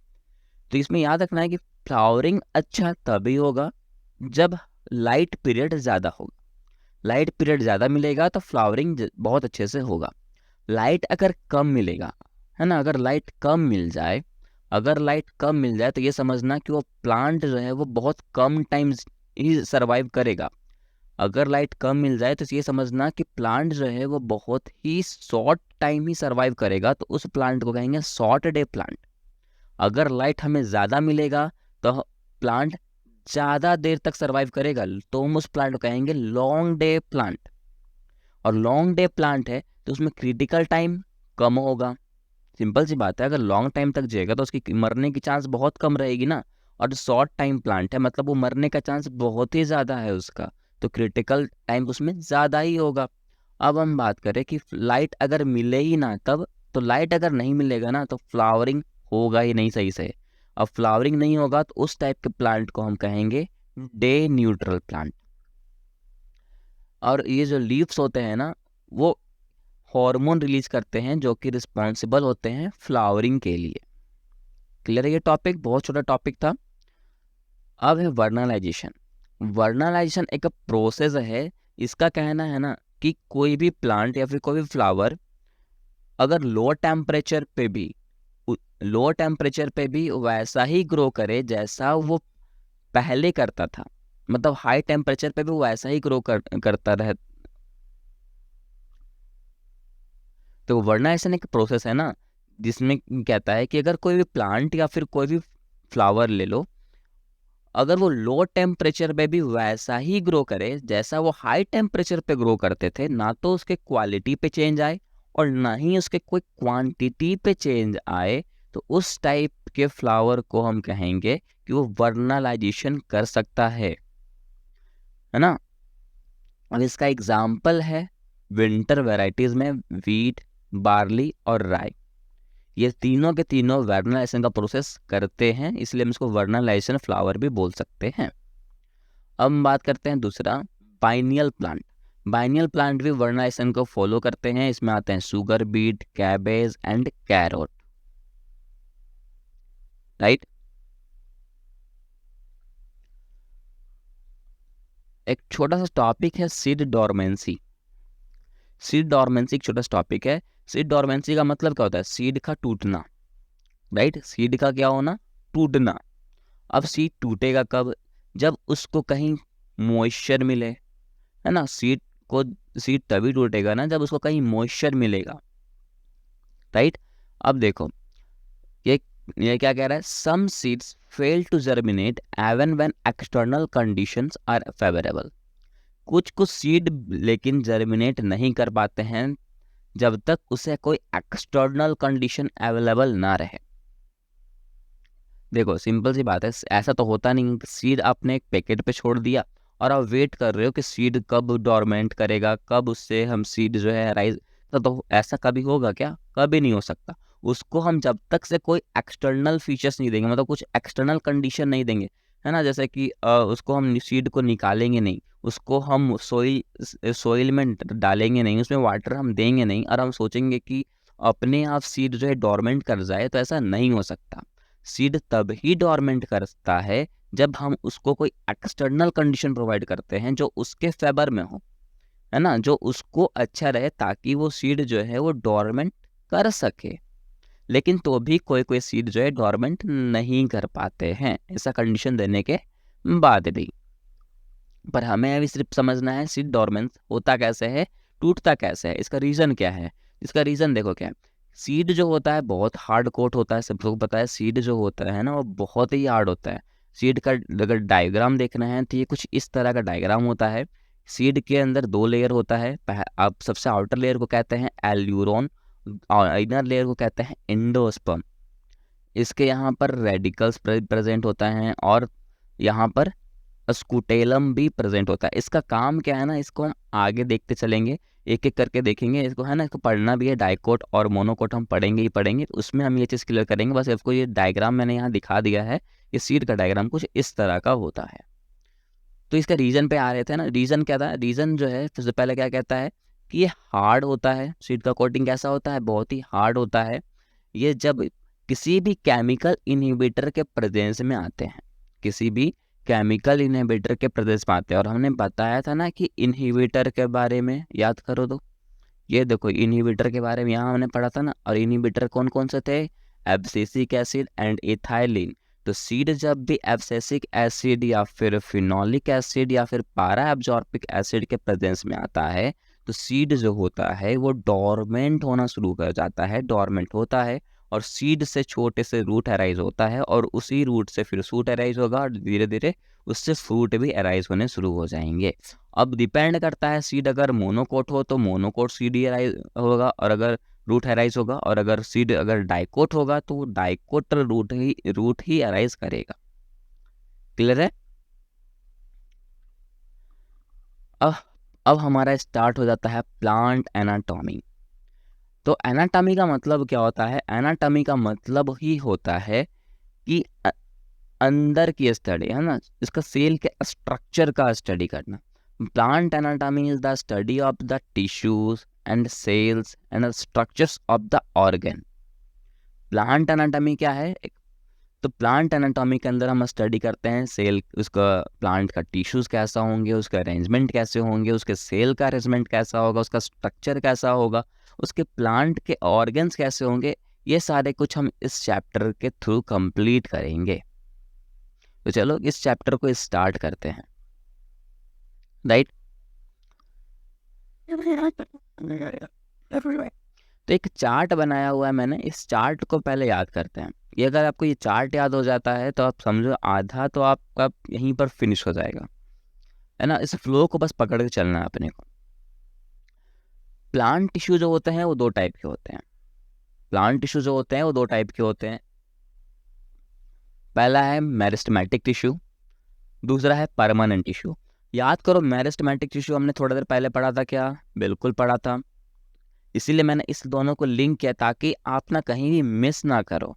मैं चाहता तो लिंक नहीं भी करता, पर लिंक इसलिए क्या हूँ ताकि आप लोग को कहीं भी कोई प्रॉब्लम ना रहे और आपको याद भी रह जाओ, है ना। और आप ये ना सोचो कि मैंने ये नहीं बताया वो नहीं बताया, है ना। तो ये प्लांट टिश्यू जो होता है 2 टाइप के होते हैं। पहला है मेरिस्टेमेटिक टिश्यू, दूसरा परमानेंट टिश्यू। मेरिस्टेमेटिक टिश्यू में कौन से सेल आएंगे, मेरिस्टेमेटिक सेल आएंगे, मेरिस्टम सेल आएगा। और मेरिस्टम सेल का काम क्या था, हमने देखा था ग्रोथ करवाना, राइट। वो सेल का क्या करेगा, ग्रोथ करवाएगा। ग्रोथ कैसे करवाएगा, तो एपिकल मेरिस्टम है ना। कौन कौन से तो एपिकल मेरिस्टम में 2 आते हैं, रूट एपिकल और शूट एपिकल, वहाँ पर ग्रोथ हो जाएगा। दूसरा है लैटरल ग्रोथ भी करवाएगा ये। तीसरा है इंटर कैलरी में भी ग्रोथ करवाएगा। क्या है, बस वेट करो, हम आगे देखेंगे, है ना। परमानेंट टिश्यू की बात करो तो इसके अंदर भी 2 टाइप है, एक सिंपल परमानेंट टिश्यू, एक होता है complex permanent tissue. Simple permanent tissue and complex permanent tissue. अब सिंपल परमानेंट टिश्यू के अंदर 3 पार्ट आता है, कौन कौन सा, पैरेन्काइमा, कोलेन्काइमा और स्क्लेरेन्काइमा। ये तीनों के तीनों जो है ना ये सिंपल परमानेंट टिश्यू में आते हैं। कैसे टिश्यू में आते हैं, सिंपल परमानेंट टिश्यू होते हैं। अब बात करो कॉम्प्लेक्स परमानेंट टिश्यू की, तो कॉम्प्लेक्स का मतलब ये समझ आना चाहिए कि वो डिफरेंट टाइप के सेल से मिलकर के बना होगा, तब भी हम उसको कॉम्प्लेक्स कह रहे हैं, है ना। बोलते हैं ना किसी को भी, यार तुमको समझना ना बहुत कॉम्प्लिकेटेड है ना। बोलते हैं ना यार कि तुम्हें समझना बहुत कॉम्प्लिकेटेड है, तुम बहुत कॉम्प्लेक्स हो, बोलते हैं ना ऐसा। तो उसका मतलब क्या है, वो बहुत ही पेचीदा है, मतलब वो बहुत चीज़ों से जुड़ा हुआ है। तो डिफरेंट सेल से मिलकर के बनते हैं, इसलिए हम उसको कहते हैं कॉम्प्लेक्स, है ना। तो कॉम्प्लेक्स के अंदर भी आते हैं 2 टाइप, एक है जाइलम और दूसरा फ्लोएम। तो अभी तक हमने देखा कि परमानेंट टिश्यू 2 टाइप के होते हैं, सिंपल परमानेंट और complex permanent. Simple permanent tissue में भी आते हैं कौन कौन से, पैरेन्काइमा, कोलेनकाइमा और स्क्लेरेन्काइमा। कॉम्प्लेक्स की बात करो तो कॉम्प्लेक्स परमानेंट टिश्यू में कौन कौन से होते हैं, जाइलम एंड फ्लोएम। जिसको याद होगा ना वो बोलेगा कि जाइलम और फ्लोएम ट्रांसलोकेशन का भी काम करते हैं। ये हमने कहाँ देखा है, तो ये हमने ट्रांसपोर्ट इन प्लांट वाले चैप्टर में ही कंप्लीट किया है। अगर आपने नहीं देखा है तो लिंक वो भी डिस्क्रिप्शन में दी गई है, आप उस चैप्टर को जरूर देख लें। और जाइलम के थ्रू किसका क्या पास होता है, तो वाटर का पास होता है, और फ्लोएम के थ्रू फूड पास होता है। ये हमने भी ये सब भी बात की हुई है, तो मैं रिक्वेस्ट करता हूँ पहले वो चैप्टर जरूर देख लेना, है ना। अब बात करते हैं इस जाइलम के अंदर हम क्या देखेंगे, जाइलम और फ्लोएम में हमें क्या देखना है। तो जाइलम के अंदर भी 4 चीज़ होता है। जाइलम के अंदर क्या क्या होते हैं, ट्रैकिड होते हैं, वेसल्स होते हैं, जाइलम फाइबर्स होता है, और जाइलम पैरेन्काइमा भी होता है। तो ये कुछ चार्ट है और इसके बारे में हम डिटेल में पढ़ेंगे। तो सबसे पहले पढ़ेंगे मेरिस्टेमेटिक के बारे में, फिर परमानेंट पे आएंगे। तो सबसे पहले स्टार्ट करते हैं मेरिस्टेमेटिक टिश्यू को। और मेरिस्टेमेटिक टिश्यू को स्टार्ट करने से पहले मैं इतना बता दूं, कुछ क्लू देता हूं आपको कि मेरिस्टेमेटिक टिश्यू जो है वो बहुत सारे सेल से मिलकर के बना होगा। राइट, क्योंकि हम सबको पता है टिश्यू किससे बनता है, ग्रुप ऑफ सेल से मिलकर के बनता है, और उसका अपना स्पेसिफिक फंक्शन भी होता है। तो मेरिस्टम सेल जो है, ये जो मेरिस्टेमेटिक टिश्यू है वो किससे मिलकर के बना है, बहुत सारे मेरिस्टम सेल से बना है। और मेरिस्टम का काम क्या, हमने देख ही लिया था कि ये ग्रोथ करवाता है। ग्रोथ कैसे करवाता है, लैटरल रीजन पे भी और लेंथ में भी ग्रोथ करवाता है। लेंथ में भी और विड्थ में भी ग्रोथ करवा रहा था। लेंथ में कौन ग्रोथ करवा रहा था, root apical, shoot apical meristem, right, याद होगा। फिर हमने देखा लैटरल रीजन पे भी ग्रोथ कराता है, कैसे, विड्थ पे ग्रोथ करवा रहा था, राइट। तो लैटरल रीजन पे कौन ग्रोथ करवा रहा था, लैटरल मेरिस्टेम ग्रोथ करवा रहा था, ये भी हमने देखा था। कोई कंफ्यूजन यहाँ तक नहीं होना चाहिए, तो है ना। और हमने ये भी देखा था कि रूट एपिकल और सूट एपिकल मेरिस्टेम वो किस में आ रहा था, प्राइमरी में आ रहा था, राइट। वो किस में आ रहा था, कौन सा ग्रोथ में आ रहा था, प्राइमरी ग्रोथ में आ रहा था। और लैटरल रीजन पे जो ग्रोथ करवा था लैटरल मेरिस्टम, वो कौन से ग्रोथ पे आ रहा था, सेकेंडरी ग्रोथ पे आ रहा था, राइट। तो यहाँ से आपको ये चीज समझ आ गया होगा कि जो लैटरल मेरिस्टम होता है वो कौन सा मेरिस्टम के अंदर आता है, सेकेंडरी मेरिस्टम। प्राइमरी मेरिस्टम में आता है प्राइमरी मेरिस्टम कहाँ होता है, इंटरकैलरी वाले रीजन पे होता है। प्रो मेरिस्टम कहाँ प्रेजेंट होता है, एपिकल वाले रीजन पे प्रेजेंट होता है। और सेकेंडरी मेरिस्टम तो हम बोल दिए कि वो लैटरल रीजन पे प्रेजेंट होता है। अभी अपन परमानेंट वाले को छोड़ देते हैं, सिर्फ अभी हम पहले ये जो है पहले हम मेरिस्टेमेटिक को कंप्लीट करेंगे, फिर परमानेंट पे जाएंगे, है ना। अब बात करते हैं प्रो मेरिस्टेम की। तो प्रो मेरिस्टेम जो है ना वो आगे जाकर के प्राइमरी मेरिस्टेम का फॉर्मेशन करता है। प्राइमरी मेरिस्टेम, और मेरिस्टेम सेल का काम क्या है, सेल का डिवीजन करना, ग्रोथ करवाना, राइट। तो अगर ये प्राइमरी मेरिस्टेम आगे जाके डिफरेंशिएशन का प्रोसेस करे, अब डिफरेंशिएशन क्या है ये हमने पहले ही बता दिया था, डिफरेंशिएशन भी, डी डिफरेंशिएशन भी, रीडिफरेंशिएशन, ये सब बात हम पहले कर चुके हैं, तो बार बार मेरे को रिपीट करने की ज़रूरत तो है नहीं, फिर भी मैं फिर से एक बार रिपीट कर देता हूँ कि ये जो डिफरेंशिएशन प्रोसेस है वो कब हो रहा था, तब हो रहा था जब प्लांट जो है वो मैचुरेशन फेज पे आ चुका था। मतलब कि वो मेरिस्टेमेटिक फेज पार कर गया होगा, एलोंगेशन फेज को पार कर गया था और मैचुरेशन फेज पे पहुंच चुका था। और तो भी वो चाहता था कि हम ग्रोथ करें, तो वो अपने से एक सूट अराइज कर लेता था, जिसके कारण वो दोबारा से जो है वो ग्रोथ को कर सकता था, राइट। यही हमने कहा था, फिर से वही कहते हैं कि डिफरेंशिएशन कर रहा है। मतलब ये प्लांट जो है, ये जो प्राइमरी मेरिस्टेम वाला था वो क्या कर रहा है, डिफरेंशिएशन कर रहा है। मतलब वो क्या हो रहा है, मैच्योर हो रहा है। क्या हो रहा है, मैच्योर हो रहा है। अब ये प्लांट मैच्योर हो जाएगा तो किस में कन्वर्ट हो जाएगा, परमानेंट में कन्वर्ट हो जाएगा, राइट। वो अब परमानेंट का मतलब क्या है कि अब साइज इंक्रीज उसका नहीं हो सकता। तो सिंपल सी बात है। और मेरिस्टेमेटिक में क्या हो रहा था, वो सेल का डिवीजन कर रहा था, सेल का साइज बड़ा कर रहा था। मतलब उसका सेल का जो साइज था वो परमानेंट नहीं था, वो बढ़ भी सकता था, राइट। लेकिन जैसे ही उसने डिफ्रेंशिएशन कर लिया, मतलब मैचुरेशन वाले फेज पे आ गया, तो अब उसका साइज जो है वो फिक्स हो गया, परमानेंट हो गया। तो उस टाइप के टिश्यू को हम क्या कहेंगे, परमानेंट टिश्यू कहेंगे। अब जब परमानेंट टिश्यू जो है आगे जाकर डी डिफ्रेंशिएशन प्रोसेस करेगा। और डी डिफ्रेंशिएशन हम क्या देख रहे थे कि जो मैच्योर हो चुका था, मैच्योर होने के बाद मैच्योर होने के बाद वो क्या कर रहा था, सूट अराइज कर रहा था, ताकि वो क्या कर सके, दोबारा से मैच्योर हो सके, दोबारा से ग्रोथ कर सके। तो सेम यहीं पर वही कंडीशन है, ये प्राइमरी परमानेंट टिश्यू में कन्वर्ट हो चुका है। प्राइमरी परमानेंट टिश्यू जैसे ही डी डिफरेंशिएशन का प्रोसेस करता है, वैसे ही ये कन्वर्ट हो जाता है सेकेंडरी मेरिस्टेम में, और ये फिर से क्या करेगा, ग्रोथ कर सकता है, ग्रोथ करेगा, है ना, ग्रोथ करेगा, ग्रोथ करेगा, करते जाएगा, करते जाएगा, करते जाने के बाद ये क्या करेगा, रीडिफरेंशिएशन करेगा। मतलब कि एक टाइम फिर से वैसा आ जाएगा जब उसके बाद फिर से ग्रोथ होना बंद हो जाएगा, मैच्योर हो जाएगा फिर से, तो फिर से क्या हो जाएगा, वही प्रोसेस आ जाएगा जो पहले था। मतलब कि ये फिर से परमानेंट टिश्यू में कन्वर्ट हो जा रहा है, क्योंकि उसके बाद फिर से वो सेल का साइज जो है वो ना तो बढ़ेगा ना ही घटेगा। मतलब कि वो एकदम क्या हो गया, फिक्स हो चुका है, परमानेंट हो गया है। तो उस टाइप के टिश्यू को फिर से हम क्या बोलेंगे, परमानेंट टिश्यू। पर एक बार ये परमानेंट टिश्यू में कन्वर्ट हो चुका था, तो हम इसको क्या कहेंगे, सेकेंडरी परमानेंट टिश्यू। जो हमने वहां कहा था ना, बस उसको फिर से यहाँ आके लिंक मैंने कर दिया है। सेम प्रोसेस है, कुछ भी नहीं है, बस हमने डिफरेंशिएशन, डी डिफरेंशिएशन और रीडिफरेंशिएशन को लिंक करके प्राइमरी टिश्यू और सेकेंडरी टिश्यू का फॉर्मेशन कर दिया, और कुछ भी नहीं किया, है ना। अगर आपको यहाँ कोई डाउट रहता है तो कमेंट करना, पर मैं तो कहूँगा फिर से एक बार यहाँ से देख लेना ये लेक्चर, तो आपको कंप्लीट हो जाएगा। 5 मिनट पहले से जाकर के देख लेना, फिर से कंप्लीट हो जाएगा, है ना। कुछ भी नहीं था इसमें। अब बात करते हैं एपिकल मेरिस्टेम की। और एपिकल मेरिस्टेम हमें पता है ये कहाँ कहाँ ग्रोथ करवाता है, सूट में, रूट में, और इसका काम क्या है, एलोंगेशन करवाना। कौन सा मेरिस्टेम होता है यहाँ पर, प्राइमरी मेरिस्टेम होता है, ये हमने देख लिया। इंटरकैलरी मेरिस्टेम की बात करो तो इंटरकैलरी मेरिस्टेम में भी प्राइमरी मेरिस्टेम ही होता है। और दूसरी बात, यहाँ क्या कौन सा सेल होता है, तो ये जो इंटरकैलरी मेरिस्टेम होता है ना, ये दो मैच्योर टिश्यू के बीच में प्रेजेंट होता है। कहाँ पर, दो मैच्योर टिश्यू के बीच में प्रेजेंट होता है इंटरकैलरी मेरिस्टेम। इसका याद रखने का ट्रिक भी बता देता हूँ, देखो इसके नाम पे छुपा है। इंटर का मतलब होता है डिफरेंट, है ना, तो डिफरेंट डिफरेंट टिश्यू के बीच इंटरकैलरी मेरिस्टेम प्रेजेंट होगा। दूसरा पॉइंट क्या कहता है, occurs in grasses and regenerate part removed by the grazing herbivores.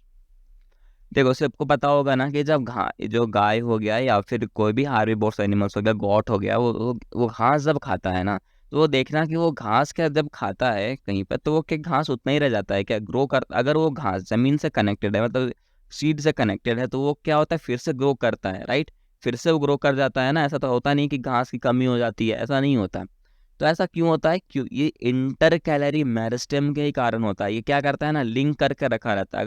अगर वो गॉट इस इंटर कैलरी मेरिस्टेम को भी खा जाए, तो ही चांस है कि वो ग्रास दोबारा से ग्रो नहीं करेगा।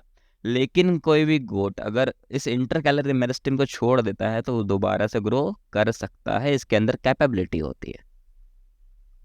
Last one is lateral meristem. And lateral meristem कौन सा ग्रोथ करवाता है, लैटरल ग्रोथ करवाता है, और इसके अंदर कौन सा ग्रोथ हो रहा था, सेकेंडरी, इसको बोलेंगे सेकेंडरी मेरिस्टेम। अब बात करते हैं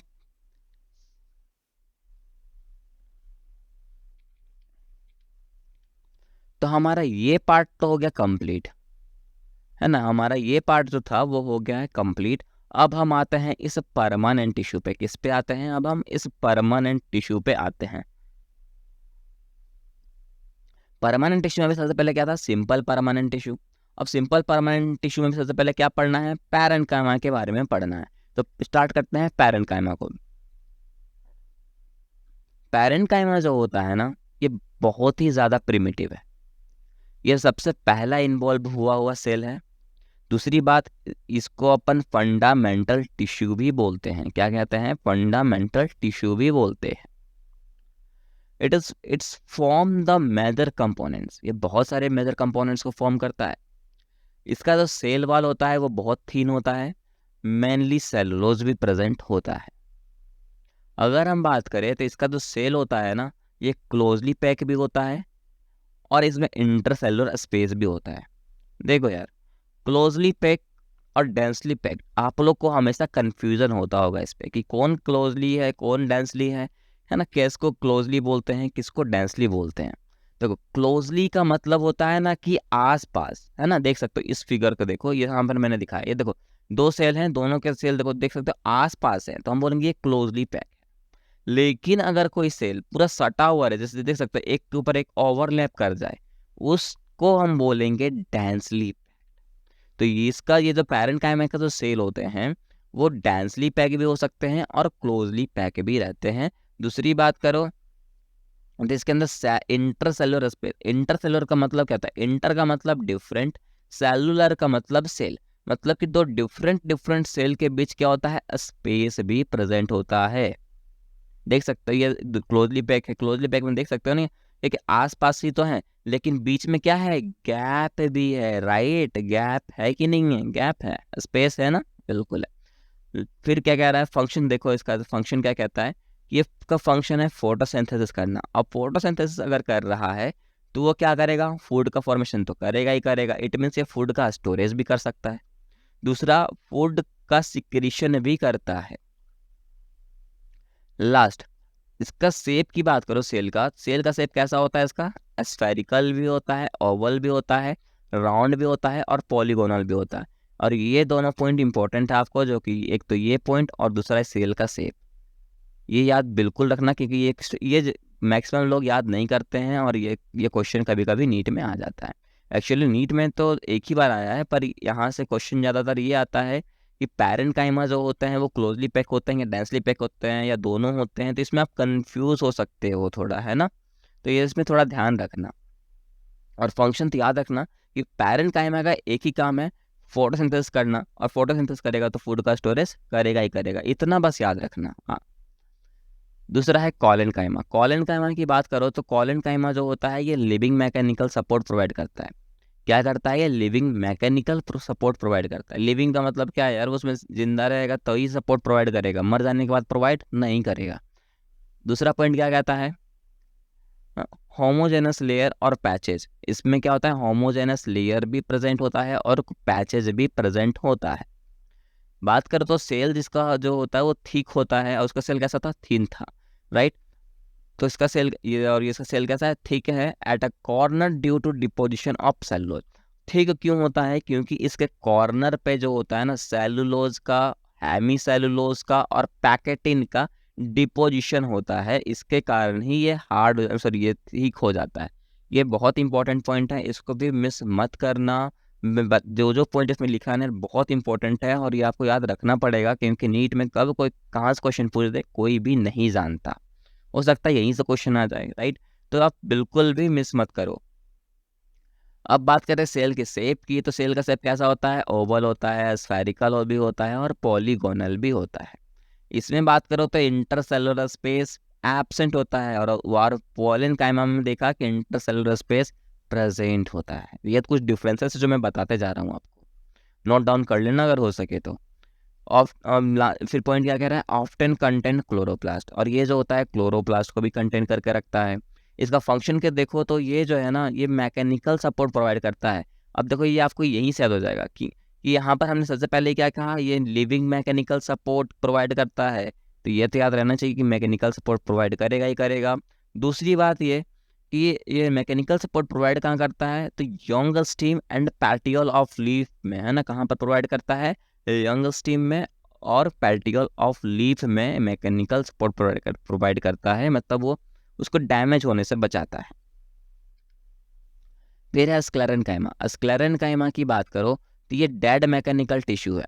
डेड मैकेनिकल टिश्यू भले है पर ये भी क्या करेगा, मैकेनिकल सपोर्ट प्रोवाइड करेगा, है ना। ये डेड मैकेनिक, आप यहाँ बोलोगे ना सर ये तो डेड मैकेनिकल टिश्यू है, ये सपोर्ट कैसे प्रोवाइड करेगा, तो आप ये मैं यहाँ बताता हूँ। क्या ज़रूरी है क्या कि जो पेड़ जो है डेड हो गया वो गिर ही जाता है, ऐसा नहीं होता। कोई कोई पेड़ ट्रीज अभी भी है जो मर चुके हैं लेकिन वो खड़े रहते हैं, राइट। ऐसा देखा होगा यार आपने कहीं, तो किसके थ्रू करने खड़े रहते हैं वो, किसके थ्रू वो टिके हैं, वो स्क्लेरेनकाइमा टिश्यू के कारण टिके हुए हैं। जिस दिन वो स्क्लेरेनकाइमा डैमेज हो जाएगा उस दिन वो टूट जाएगा, क्योंकि डेड मैकेनिकल टिश्यू तो वही है, वही डेड मैकेनिकल टिश्यू जो है वही जो उसका मैकेनिकल सपोर्ट प्रोवाइड करके रखा है, क्योंकि उसमें पोरेनकाइमा नहीं है। क्यों नहीं है, क्योंकि वो तो मर चुका है, फोटोसिंथेसिस नहीं कर सकता।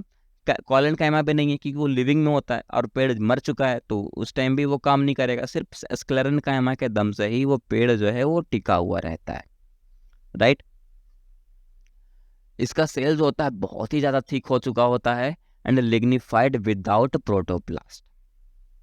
तीनों चीज़ पढ़ लिया, पैरेन्काइमा भी, कोलेनकाइमा, स्क्लेरेन्काइमा भी। पर अभी बोलोगे सर और भी कुछ क्लू दे दो, चलो इस तीनों का लिंक करते हैं, है ना, मज़ेदार लगेगा। अब देखो पैरेन्काइमा मैंने सबसे पहले क्या देखा, ये सेल इसका कैसा होता है, सेल वॉल थिन होता है। तो यहाँ समझना कि ये जो है ना, ये फेज कैसा है, समझो तो कि अभी सेल ग्रो कर रहा है इसीलिए सेल थिन है। कोलेनकाइमा में क्या हुआ, थोड़ा सेल बड़ा हो गया, थोड़ा थिक हो गया। पैरेंट और स्क्लेरेन्काइमा में क्या हो गया, सेल जो है वो मैच्योर हो चुका है, तो मैच्योर होने के बाद वो क्या हो जाएगा, डेथ भी हो सकता है, राइट। तो इसका सेल वॉल कैसा हो जाता है, थिक हो जाता है। पैरेन्काइमा का काम क्या है, फोटोसिंथेसिस करना, फूड का स्टोरेज करना। कोलेनकाइमा का काम क्या है, क्लोरोप्लास्ट को कंटेन करके रखना।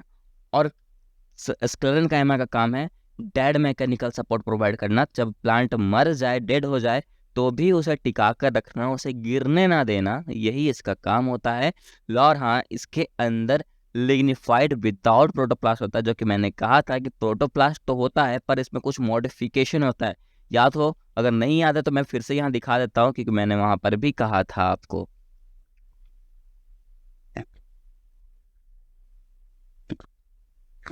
ये देख सकते हो, मैंने बोला था ना, जब मैचुरेशन होता है तो प्रोटोप्लास्ट तो होता है पर उसमें कुछ मॉडिफिकेशन आ जाता है। यही मॉडिफिकेशन आता है जो कि यहाँ पर मैंने लिख दिया है, राइट, लिग्निफाइड विदाउट प्रोटोप्लास्ट। ये पॉइंट याद रखना, है ना। चलो आगे आते हैं टाइप ऑफ स्क्लेरेन्काइमा में। टाइप ऑफ स्क्लेरेन्काइमा की बात करें तो सबसे पहला है स्क्लेराइड्स। क्या है, स्क्लेराइड्स है। स्क्लेराइड्स क्या कहता है, दे में बी स्फेरिकल, ओवल और सिलिंड्रिकल। ये कैसा हो सकता है, स्फेरिकल भी हो सकता है, ओवल भी होता है और सिलिंड्रिकल भी होता है। अगर हम बात करें, they are often dead and have highly thicken cell wall. ये सब हमने पहले ही देख लिया यार, कि जब स्क्लेरेन्काइमा की बात कर रहे हैं तो वो टिश्यू कैसा है, डेड टिश्यू ही तो है, तो उसके अंदर जो भी टाइप होगा वो भी तो उसी टाइप का होगा ना, वो भी तो डेड होगा। क्लियर, यहाँ तक तो कोई डाउट नहीं होना चाहिए आपको। नेक्स्ट पॉइंट क्या कह रहा है, sclereids have very narrow cavities and are hard and inflexible. Simple सी बात है, वो स्क्लेरेन्काइमा क्या हो चुका है, डेड टिश्यू है, उसको क्या फ्लेक्सिबल होगा क्या, वो इस बार वो जिंदा ही नहीं, वो डेड हो चुका है। अब जैसे हल्का सा भी बेंड होगा वो टूट सकता है, तो फ्लेक्सिबल तो बिल्कुल नहीं हो सकता, लेकिन वो हार्ड हो सकता है, right. They have more pits than fibres, इसमें पिट्स भी प्रेजेंट होते हैं। अब बात करते हैं, they are commonly found in soft tissue. और ये कॉमनली कहाँ पर पाया जाता है, सॉफ्ट टिश्यूज में देखा जाता है। Example cortex, phloem and the pulp of fleshy fruits. Fleshy fleshy fruit मतलब समझ रहे हो ना, जैसे हो गया पपाया, गुआवा, ये सब फ्लैशी फ्रूट्स में आते हैं, जो सॉफ्ट होते हैं अंदर से, इसका सेल वॉल सॉफ्ट रहे, है ना। Fruit walls and seed coats, ये सब इसके एग्जाम्पल्स हैं। अब बात करो फाइबर की, दूसरा क्या है, फाइबर है। पहला तो हमने स्लाइड देख लिया, दूसरा है फाइबर। फाइबर की बात करो तो दे, इसमें क्या कह रहा है, they are long and tapered at the end. क्या होता है, टैपरेड एट द एंड। दूसरा पॉइंट क्या कह रहा है, they are the longest cell found in the highest plant, है ना। ये क्या होता है, इसमें लॉन्गेस्ट सेल प्रेजेंट होते हैं, जो कि कहाँ प्रेजेंट होगा, हाईएस्ट प्लांट में। सिंपल सी बात है यार, अगर लॉन्गेस्ट है तो लॉन्गेस्ट सेल कैसे बना होगा, जब सेल का डिवीजन हुआ होगा। और डिवीजन कौन कराता है, मेरिस्टेम ही तो कराता है। ग्रोथ भी कौन कराता है, मेरिस्टेम ही कराता है। और हमने देखा है कि लॉन्ग लेंथ में ग्रोथ हो रहा है तो वो लॉन्ग होगा। अब लॉन्ग जब होगा तो वो हायर ही ना होगा, सिंपल सी बात है। लॉन्ग सेल है तो जब सेल बड़ा होता जाएगा तो वो कहाँ पर होगा, हायर प्लांट पे ही होगा। ये तो आपको लॉजिक लगाना ही पड़ेगा थोड़ा बहुत, है ना। अब फिर क्या कहते, they can be as long as 1 to 8 millimetre in length. Next point, they are often found in groups or clubs or patches. ये जो होते हैं ना, ये ग्रुप के फॉर्म में भी रहते हैं, क्लम्स के भी फॉर्म में रह सकते हैं और पैचेज के भी फॉर्म में रहते हैं। ये सब पॉइंट आपको याद रखना होगा, ये आप सबको खुद दिया है ना, इसके लिए कोई ट्रिक नहीं है, इसके ये आपको याद रखना ही पड़ेगा, क्योंकि बायोलॉजी में कुछ कुछ टॉपिक ऐसे हो जाते हैं यार कि जिसका कोई ट्रिक नहीं बन पाता। नेक्स्ट पॉइंट क्या कह रहा है, they are often dead at maturity and lack a nucleus at up cytoplasm. इसके अंदर ना तो मैच्योरिटी होती है, ना ही न्यूक्लियस होता है, और ना ही साइटोप्लाज्म होता है। तीसरा पॉइंट क्या कह रहा है, they contain thick secondary walls with a fewer pits than sclereids.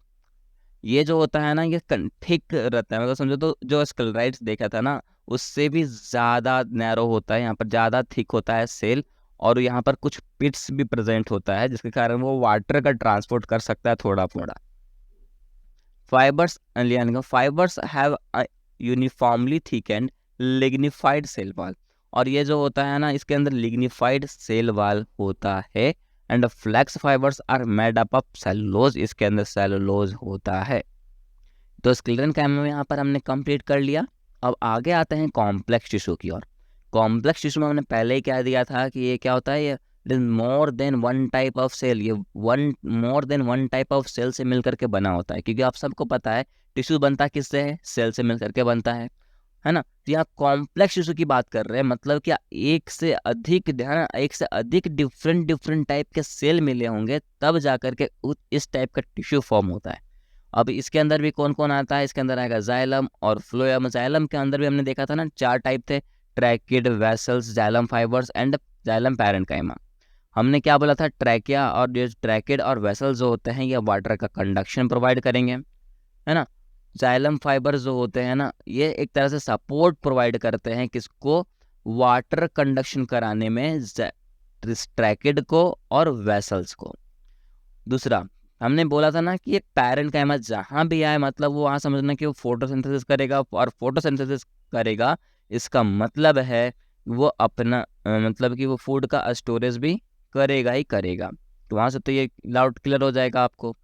जिस तरह के जाइलम का फंक्शन है ना, उस तरह फ्लोएम का भी अंदर आता है। ये 4 फंक्शन है, जैसे कि साइड ट्यूब, कंपेनियन सेल भी होता है, फ्लोएम फाइबर होता है, फ्लोएम पैरेन्काइमा भी होता है। पर हम पहले जाइलम को कंप्लीट करेंगे, उसके बाद ही फ्लोएम पे आएंगे। तो जैसा कि मैंने कहा, ये ट्रैकेड और वेसल जो हैं ये एक ही काम करते हैं, वाटर का कंडक्शन करने का। और जब 2 आदमी एक काम करे ना, तो उस दोनों के बीच रेस तो लगेगी ही लगेगी, कंपटीशन तो होगा ही होगा। अब दोनों में से बेस्ट कौन है, ट्रैकेड या फिर वेसल, वो देखते हैं। देखो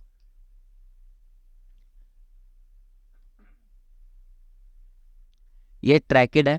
ट्रैकेड की बात करें तो ट्रैकेड में जो होता है ना, इसमें जितने भी वैस्कुलर प्लांट है वो सारे के सारे में ट्रैकेड प्रेजेंट होता है, और ट्रैकेड के थ्रू ही वाटर का कंडक्शन होता है। लेकिन वेसल्स जो है वो सब में प्रेजेंट नहीं होता, वो सिर्फ एंजियोस्पर्म में प्रेजेंट होता है। हम पता है ना, प्लांट अलग अलग भी होते हैं, जिम्नोस्पर्म भी होता है, किसी में एंजियोस्पर्म भी होता है। जिम्नोस्पर्म जो है वो गैमेट नहीं, सॉरी, वो सीड को फॉर्मेशन करता है। एंजियोस्पर्म जो होता है फूड को फॉर्मेशन भी करते हैं। तो ये अलग अलग है ना, ये इसके बारे में हम आगे जो है सेक्सुअल रिप्रोडक्शन वाले चैप्टर पढ़ेंगे, सेक्सुअल रिप्रोडक्शन इन प्लांट, उसमें ये सब क्लियर हो जाएगा। और अगर उसमें भी नहीं हुआ तो अपन जो है प्लांट किंगडम जो पढ़ेंगे ना, उसमें पूरा अच्छे से क्लियर हो जाएगा। तो बस उसके लिए वेट करो। पर अभी जितना समझना है उतना उतना बस याद कर लो, है ना, कि ट्रैकेड जो होते हैं इसके अंदर इन ऑल वेस्कुलर प्लांट्स, सारे वेस्कुलर प्लांट प्रेजेंट होते हैं। और वेसल्स किस में होता है, सिर्फ और सिर्फ जिम्नोस एंजियोस्पर्म में होता है। अगर बात करें टाइप ऑफ सेल, तो टाइप ऑफ सेल देखा जाए तो ट्रैकेड में कैसा होता है, इनपरफोरेटेड होता है, और इसमें परफोरेटेड होता है। सेल वाल की बात करें तो इसमें थिन होता है और इसमें थिक होता है। कनेक्शन की बात करें तो इसमें लेटरल कनेक्शन देता है, और ये इंड टू इंड कनेक्शन रखता है वैसल, है ना। वैसल, ये बहुत इंपॉर्टेंट पॉइंट है कि ये वैसल जो होता है वो इंड टू इंड कनेक्शन रखते हैं। ये याद रखना, क्योंकि इससे भी क्वेश्चन नीट में पूछा था। अब सोच सकते हो और नीट वाले कहाँ कहाँ से क्वेश्चन निकालते हैं, है ना। अब बात करें क्रॉस सेक्शन की, क्रॉस सेक्शन की बात करो तो इसमें पॉलीगोनल होता है, इसमें सर्कुलर होता है। वाटर कंडक्शन की बात करो तो इसमें जो होता है इनफिशियंट होता है, और इसमें वेरी इफिशियंट होता है। मतलब कि क्या, हमें लेना देना भी किससे है, वाटर कंडक्शन से। क्योंकि हमने पहले ही क्या है कि यार दोनों वाटर कंडक्शन करा रहे हैं, तो दोनों में से अच्छा कौन कराएगा, ये यहाँ पर चल गया ना कि दोनों में से अच्छा कराता है कौन, वैसल्स, है ना। कौन कराता है, वैसल्स कराता है। ट्रैकेड अच्छा नहीं कराता। एक पॉइंट यहाँ से पहले बोल दिया। अब कैसे अच्छा नहीं कराता वो देखो, क्योंकि यहाँ जो ल्यूमन देखा जाता है ना, तो ल्यूमन जो होता है वो ट्रैकेड में नैरो होता है और इसमें वाइड। और ल्यूमन जो होता है, अगर ल्यूमन नैरो होगा, ल्यूमन अगर ज़्यादा होगा तो वाटर को पास होने नहीं देगा सही से, उसको अपोज करेगा। और यहाँ देख सकते हो कि इसमें नैरो ल्यूमन प्रेजेंट होता है, मतलब ये वाटर को पास होने सही से नहीं देगा, इसको प्रॉब्लम आता रहेगा। और इसमें देखो जो ल्यूमन है वो वाइड है, मतलब इसमें थोड़ा थोड़ा गैप रहेगा, जिसके कारण जो वाटर होगा वो अच्छे से वेसल्स जो है वो सर्कुलेट कर सकता है। सेल की लेंथ की बात करो तो ये हाँ इसका 1 mm होता है, इसका 10 सेंटीमीटर होता है, मतलब देख सकते हो ये लंबा भी है, मतलब ये ज़्यादा दूर तक ये वाटर का कंडक्शन करा सकता है। तो एक तरह से ये भी रीज़न है कि ये अच्छा वाटर कंडक्शन कराता है। दूसरी बात ये सरफेस टू वॉल्यूम रेशियो देखा जाए तो इसका हाई है, इसका लो है रेशियो, है ना। अब बात करें इंड वाल्स की बात करो तो इसमें क्या होता है, इसमें टपेयरिंग होता है और इसमें ट्रांसवर्स टू डायगोनल होता है। और सबसे मेन पॉइंट बात है कि पिट्स जो होते हैं ना, इसमें लार्ज होता है। पिट्स का मतलब क्या होता है, पिट्स का मतलब है कि वाटर जो है वो पास अच्छे से होगा, है ना, वाटर जो है वो पास अच्छे से होगा। और यहाँ पिट्स छोटा है, मतलब पास होने सही से नहीं देगा, समझो। तो पिट्स का मतलब है ना होल समझो, क्या समझो, एक होल जितना ज़्यादा बड़ा होगा उतना ज़्यादा अच्छे से वाटर कंडक्शन होगा, होल जितना कम होगा उतना कम वाटर का कंडक्शन होगा। तो ये भी एक समझौता है कि अच्छा पॉइंट रह गया वेसल्स की तरफ। तो हम बोलते हैं कि वेसल जो है वो अच्छा वाटर का कंडक्शन कराएगा और ट्रैकेट थोड़ा अच्छा कंडक्शन नहीं कराएगा। यहाँ पर एक पॉइंट मिसिंग है, एक पॉइंट और यहाँ पर है ना कि यहाँ होता है पोर्स। वेसल्स में जो होता है पोर्स प्रेजेंट होते हैं, है ना, पोर्स प्रेजेंट होते हैं जो वाटर कंडक्शन में हेल्प करते हैं, और ट्रैकेट में पोर्स एब्सेंट होते हैं, राइट। तो हम बोल सकते हैं कि जो वेसल्स होते हैं वो पोरिफिकेशन भी करते हैं, राइट। ये इंपॉर्टेंट पॉइंट था, शायद मिस हो गया होगा उस पर, तो मैंने यहाँ नहीं लिखा है, पर इसको याद कर लेना। तो हमने ये ट्रैकेड और वेसल तो कंप्लीट कर लिया, अब आते हैं जाइलम फाइबर की ओर। जाइलम फाइबर को अपन वुड फाइबर भी बोलते हैं, क्या कहते हैं, वुड फाइबर भी बोलते हैं। अब वुड फाइबर है तो सिंपल सी बात है, ये वुड वुड है तो कैसा हो, थिक तो होगा ही। लॉजिक लगाना थोड़ा सा कि वुड है तो मतलब ये थिक भी होगा, इसका वाल कैसा होगा, थिक होगा, है ना। तो इसका ये जो वाल होता है वो थिक होता है एंड ऑब्लिगेटरी ल्यूमन होते हैं। दूसरी बात मैंने बता दिया, ये क्या करेगा, सपोर्ट क्या करेगा, स्ट्रेंथ प्रोवाइड करता है, किसको किसको, ट्रैकेड को भी और वेसल्स को भी। एंड दे में बी सेप्टेड एंड एसेप्टेड, ये सेप्टेड भी हो सकता है और एसेप्टेड भी हो सकता है। थोड़ा बहुत लॉजिक खुद से भी लगाना कि देखो जाइलम फाइबर है तो उसको हमने वुड फाइबर कहा, वुड फाइबर है मतलब क्या, वो स्ट्रॉन्ग है, हार्ड है, मतलब ये किसी ना किसी को तो सपोर्ट प्रोवाइड करेगा। अब किसको कर रहा है सपोर्ट प्रोवाइड, तो जाइलम को और फ्लोएम को, सॉरी जाइलम को ही कर रहा है। और जाइलम में भी हमने देखा ना 4 चीज आते हैं, तो 4 में से भी 2 ही को सपोर्ट प्रोवाइड कर रहा है, किसको किसको, इस ट्रैकेड को और वेसल्स को। क्या सपोर्ट प्रोवाइड कर रहा है, तो उसके स्ट्रेंथ में सपोर्ट प्रोवाइड कर रहा है, राइट। तो थोड़ा बहुत लॉजिक खुद से लगाना ताकि जल्दी से आप याद कर सको।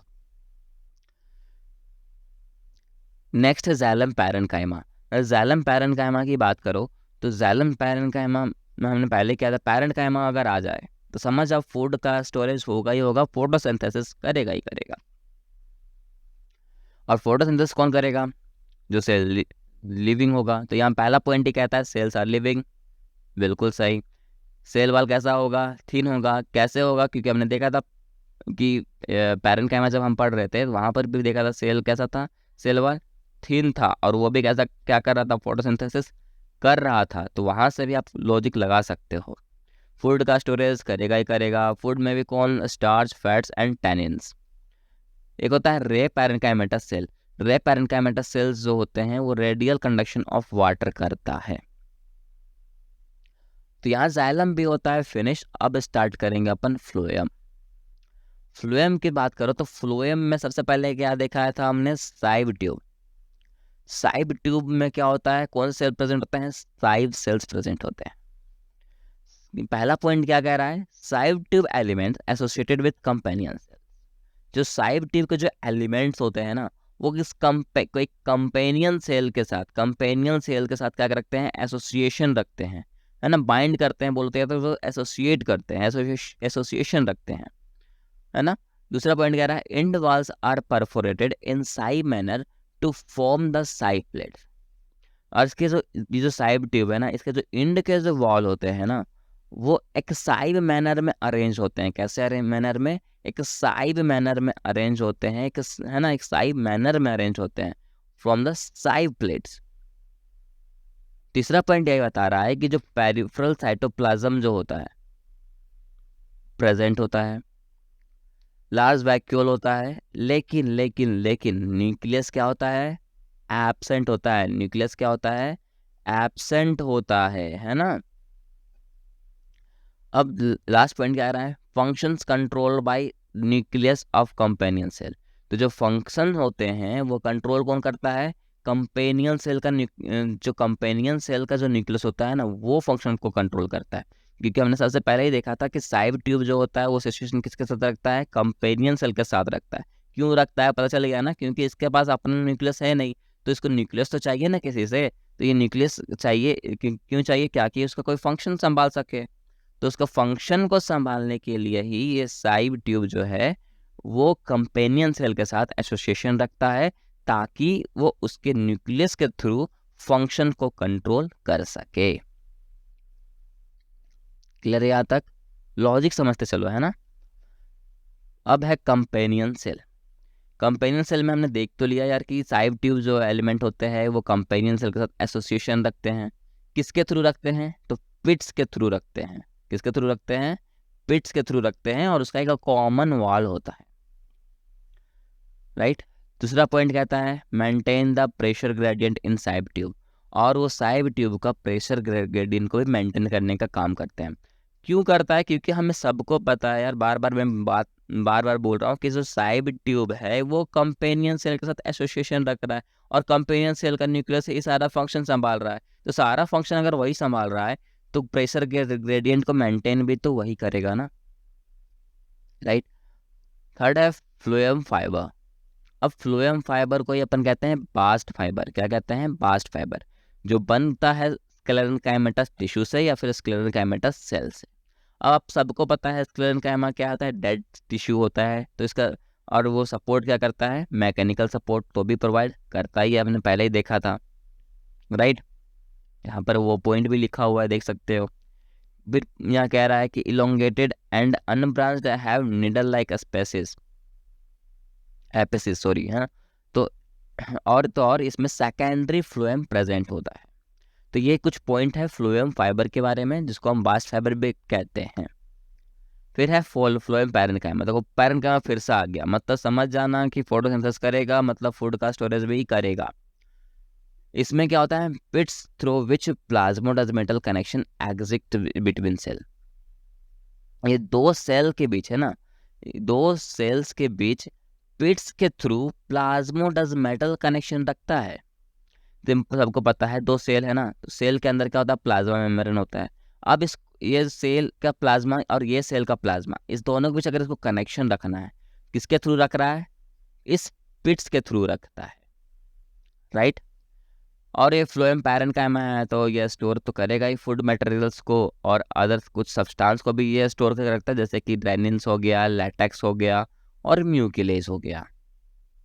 तो यहाँ पर फ्लोएम भी कंप्लीट होता है। अब यहाँ पर कुछ पॉइंट लिखा हुआ है, ये नोट आप कर लेना। In gymnosperm xylem fibre vessels companion cell and sieve tube absent होता है। जो जिम्नोस्पर्म होता है ना, जिम्नोस्पर्म में ना तो जाइलम फाइबर होता है, ना ही वेसल्स होते हैं, ना ही कंपेनियन सेल होता है, ना ही साइड ट्यूब होता है। दूसरी बात, मोनोकोट्स की बात करो तो मोनोकोट्स में जो phloem fibre, phloem parenchyma, vascular Cambrian और सेकेंडरी ग्रोथ जो होता है वो एब्सेंट होता है। देखो, और जो भी कुछ आए सब कुछ प्रेजेंट होता है, इसके अलावा जो भी आए ना वो सब प्रेजेंट होता है। इसीलिए बस ये याद रखना कि मोनोकोट में फ्लोएम फाइबर एब्सेंट होता है, फ्लोएम पैरेन्काइमा एब्सेंट होता है, वैस्कुलर कैम्बियन एब्सेंट होता है, और सेकेंडरी ग्रोथ एब्सेंट होता है। अब बोलोगे सर इसका याद रखने का कोई ट्रिक नहीं है, हम बोलेंगे बिल्कुल ट्रिक है, उसके लिए भी ट्रिक है, टेंशन मत लो। हमने जब पढ़ रहा था सिंपल टिश्यू, उसके बाद ही हमने पढ़ा है कॉम्प्लेक्स टिश्यू, राइट। तो जो कॉम्प्लेक्स टिश्यू को जब हमने पढ़ना स्टार्ट किया, उसमें हमने देखा जाइलम और फ्लोएम। जाइलम के अंदर चार चीज़ देखे थे ना, ट्रैकिड, वेसल्स, फाइबर और पैरेन्काइमा। जाइलम, पैरेन्काइमा, ये सब है ना। तो उसमें से याद रखना, जो वेसल है और फाइबर, जाइलम, वेसल्स और फाइबर दोनों आता है। देखो फाइबर का काम क्या है ना, फाइबर का काम क्या था, सपोर्ट प्रोवाइड करना। जब सपोर्ट ही नहीं मिलेगा तो वेसल का कोई काम नहीं रहेगा। तो जाइलम फाइबर आएगा तो वेसल को लेकर के ही आएगा, मतलब अगर जाइलम फाइबर नहीं तो वेसल भी नहीं। दूसरा याद रखना है, हमने फ्लूएम जब पढ़ा उसमें भी देखा कि साइड ट्यूब का सारा काम कौन कर रहा था, ये कंपेनियन सेल कर रहा था। अब अगर कंपेनियन सेल ही एब्सेंट रहेगा जिम्नोस्पर्म में, तो जिम्नोस्पर्म में अगर कंपेनियन सेल एब्सेंट है तो साइड ट्यूब रहेगा ही क्यों, क्योंकि उसको दोस्ती चाहिए, क्योंकि उसका न्यूक्लियस है ही नहीं, है ना, तो वो भी नहीं रहेगा। अब मोनोकोट में आ जाओ। मोनोकोट में याद रखना है कि जो फ्लोएम है, जो फ्लोएम फाइबर है और फ्लोएम पैरेन्काइमा दोनों आ रहा है। फ्लोएम फाइबर और फ्लोएम पैरेन्काइमा दोनों आ रहा है। तो ये याद रह जाएगा। वैस्कुलर कैम्बियन और सेकेंडरी ग्रोथ, ये थोड़ा आपको कंफ्यूज कर रहा होगा, पर अगर आपने लेक्चर स्टार्टिंग से देखा होगा ना, सच से बताओ, तो आपको कंफ्यूजन नहीं हुआ होगा, क्योंकि हमने सबसे स्टार्टिंग में ही बोला है कि जो सेकेंडरी ग्रोथ होता है किसके कारण होता है, V cambium and C cambium. याद करो, V cambium and C cambium. तो अगर सेकेंडरी ग्रोथ ही नहीं होगा तो वी कैम्बियन तो होगा ही नहीं। इसी को, वी कैम्बियन को ही कहते हैं वैस्कुलर कैम्बियन। ये ट्रिक जो होता है उसको याद रखा करो, ताकि कहीं कहीं काम आता है ना। अब स्टार्ट करते हैं टिश्यू सिस्टम। 3 तरह के टिश्यू सिस्टम प्रेजेंट होते हैं। पहला है एपिडर्मल टिश्यू सिस्टम, दूसरा है ground tissue system and third one is vascular tissue system. सबसे पहले बात करें अगर एपिडर्मल टिश्यू सिस्टम की, इसके अंदर भी सेल प्रेजेंट होता है, उसका नाम है एपिडर्मल सेल, जो कि बहुत ही थिन लेयर का होता है। इसके अंदर प्रेजेंट होता है स्टोमाटा एंड एपिडर्मल अपेंडेजेस। एक एक करके बात करते हैं। सबसे पहले बात करें एपिडर्मल सेल की, जिसको अपन एपिडर्मिस भी बोलते हैं, और ये रहा कुछ इसका स्ट्रक्चर, है ना। पहला पॉइंट क्या कहता है, outer most layer of primary plant body. ये जो है ये आउटर मोस्ट लेयर है प्राइमरी प्लांट बॉडी का। दूसरा पॉइंट कहता है ये यूजुअली सिंगल लेयर होता है, देख सकते हो ये इसका डायग्राम, लेकिन ये सिंगल लेयर है। तीसरा कह रहा है ये पैरेन्काइमेटस सेल से बना है। पैरेन्काइमेटस सेल से बना है, इसका मतलब ये कहीं ना कहीं फोटोसिंथेसिस करता होगा और फूड को स्टोर करता होगा, राइट। अब आगे क्या कहता है, स्मॉल साइटोप्लाज्म भी होता है। फिर कहता है लार्ज वैक्यूल होता है, देख सकते हो यहाँ पर ये जो दिख रहा है ना ये स्पेस, इसी में है, इसी में प्रेजेंट होता है वैक्यूल, देख सकते हो कितना बड़ा है, तो लार्ज वैक्यूल भी है। लास्ट पॉइंट कहता है waxy thick layer of cuticles prevent water loss. जो इसके अंदर क्यूटिकल्स भी प्रेजेंट होते हैं, जो वाटर लॉस होने से इसको बचाता है। हमने बोला है इसके अंदर क्या प्रेजेंट है, ये स्टोमाटा प्रेजेंट है, और स्टोमाटा का काम क्या है, स्टोमाटा का काम है वाटर को ट्रांसपोर्ट करना और एक्सचेंज ऑफ गैसेस करना, मतलब गैसेस एक्सचेंज करना। गैसेस एक्सचेंज कैसे करता है, तो जब डे टाइम में क्या होता है ना, डे टाइम में स्टोमाटा ओपन होता है, और ओपन जब होगा तो हमें क्या देगा, हमें ये ऑक्सीजन देगा, और अब खुद क्या करेगा, CO2 को इनहेल कर लेता है, राइट। और डे टाइम में स्टोमाटा ओपन रहता है, तो कुछ इस तरह का स्ट्रक्चर दिखता है। ये देख सकते हो, ये जो लेयर है इसको हम कहते हैं इनर लेयर, और ये बहुत थिक होता है। ये जो लेयर है इसको कहते हैं आउटर लेयर, ये बहुत ही थिन होता है। इसके इस पोजीशन में प्रेजेंट होता है क्लोरोप्लास्ट, और इसी के अंदर पिगमेंट जो होता है वो कैरी करके रखता है, कौन सा पिगमेंट, क्लोरोफिल, है ना। ये रहा इसको कहते हैं अपन गार्ड सेल, जो इसको क्या करता है, एक तरह से प्रोटेक्शन प्रोवाइड करके रखता है। और इसके अंदर प्रेजेंट होता है पोर, जिसको हम कहते हैं स्टोमेटल पोर, और यहाँ पर हमारा न्यूक्लियस प्रेजेंट होता है। ये कुछ स्ट्रक्चर है स्टोमाटा का। और सबसे इंपॉर्टेंट ये रहा एपिडर्मल सेल, क्लियर है। अब बात करें एपिडर्मल अपेंडेजेस की, तो एपिडर्मल अपेंडेजेस का जो रोल है ना, यूनिसेलुलर और मल्टीसेलुलर दोनों में तो है, पर अलग अलग है। कैसे, वो देखो। अगर एपिडर्मल अपेंडेजेस यूनिसेलुलर में होगा तो कहाँ पर प्रेजेंट होगा, रूट हेयर में। और रूट हेयर का काम क्या है? वाटर को एब्जॉर्ब करना, मिनरल्स को एब्जॉर्ब करना। अगर एपिडर्मल अपेंडेज मल्टी सेलुलर में देखेंगे तो कहाँ प्रेजेंट होगा? स्टीम के ट्राइकोम्स में प्रेजेंट होगा, और उसका काम है वाटर लॉस होने से बचाना। और अदरवाइज ये ब्रांच भी हो सकते हैं और अनब्रांच भी हो सकते हैं। क्लियर है? अब आते हैं वैस्कुलर टिश्यू सिस्टम में। वैस्कुलर टिश्यू सिस्टम जो होता है ये बहुत इंपॉर्टेंट है, क्योंकि इससे आगे पूरा लिंकेज है। क्लियर है? तो इससे नीट में भी क्वेश्चन ज़्यादा आते हैं, तो ये VVI मान लो इसको, है ना। और यहाँ जो मैं बोलूँगा उसको आपको ध्यान से समझते जाना है। वैस्कुलर टिश्यू सिस्टम जो है वो दो टाइप के होते हैं, एक है रेडियल, दूसरा कंजॉइंट। रेडियल का कहना है कि इसके अंदर जाइलम और फ्लोएम दोनों प्रेजेंट तो होंगे, पर किसी का भी कंसंट्रेशन फिक्स नहीं होगा। हो सकता है कि जाइलम कंसंट्रेशन ज़्यादा हो, कभी हो सकता है फ्लोएम का कंसंट्रेशन ज़्यादा हो, इसमें कुछ फिक्स नहीं होता। लेकिन कंजॉइंट में ऐसा नहीं है। कंजॉइंट में कहता है कि एक जाइलम होगा तो एक फ्लोएम होगा, मतलब दोनों का कंसंट्रेशन फिक्स होगा। फिर भी ये दो टाइप के होते हैं, एक होता है ओपन टाइप, दूसरा होता है क्लोज टाइप। अब ओपन टाइप कब बोलेंगे, क्लोज टाइप कब बोलेंगे, वो देखो। ये रहा कुछ स्ट्रक्चर इसका, है ना। एक साथ देख सकते हैं, यहाँ एक फ्लोएम प्रेजेंट है ऊपर की तरफ और एक जाइलम प्रेजेंट है नीचे की तरफ। इस दोनों के बीच अगर कैम्बियन की रिंग प्रेजेंट हो, इस फ्लोएम और जाइलम के बीच अगर कैम्बियन की रिंग प्रेजेंट हो, तो हम कहेंगे वो कंजॉइंट भी है और ओपन टाइप भी है। वो वैस्कुलर टिश्यू कैसा रहेगा? कंजॉइंट रहेगा और ओपन टाइप रहेगा। और ओपन टाइप डाइकोटिलेडन्स में रहता है, या मोनोकोट लिख दिया है, मिस्टेक हो गया होगा, यहाँ डाइकोटिलेडन लिखना है ना। ओपन टाइप किस में होता है? डाइकोट्स में होता है। क्लियर है? अगर जाइलम और फ्लोएम के बीच कोई भी वैस्कुलर कैम्बियन की रिंग प्रेजेंट नहीं हो, तो हम बोलेंगे उसे वो क्लोज टाइप का है। और क्लोज टाइप किस में देखने को मिलता है? मोनोकोट में देखने को मिलता है। अब मैं ऐसा क्यों कहा हूँ ना, वो आगे जस्ट पढ़ेंगे ना जब अभी, तो आपको क्लियर हो जाएगा। बस अभी आप इतना याद रखो कि कौन ओपन टाइप कहलाएगा, कौन डाइकोट, सॉरी कौन क्लोज टाइप कहलाएगा, है ना।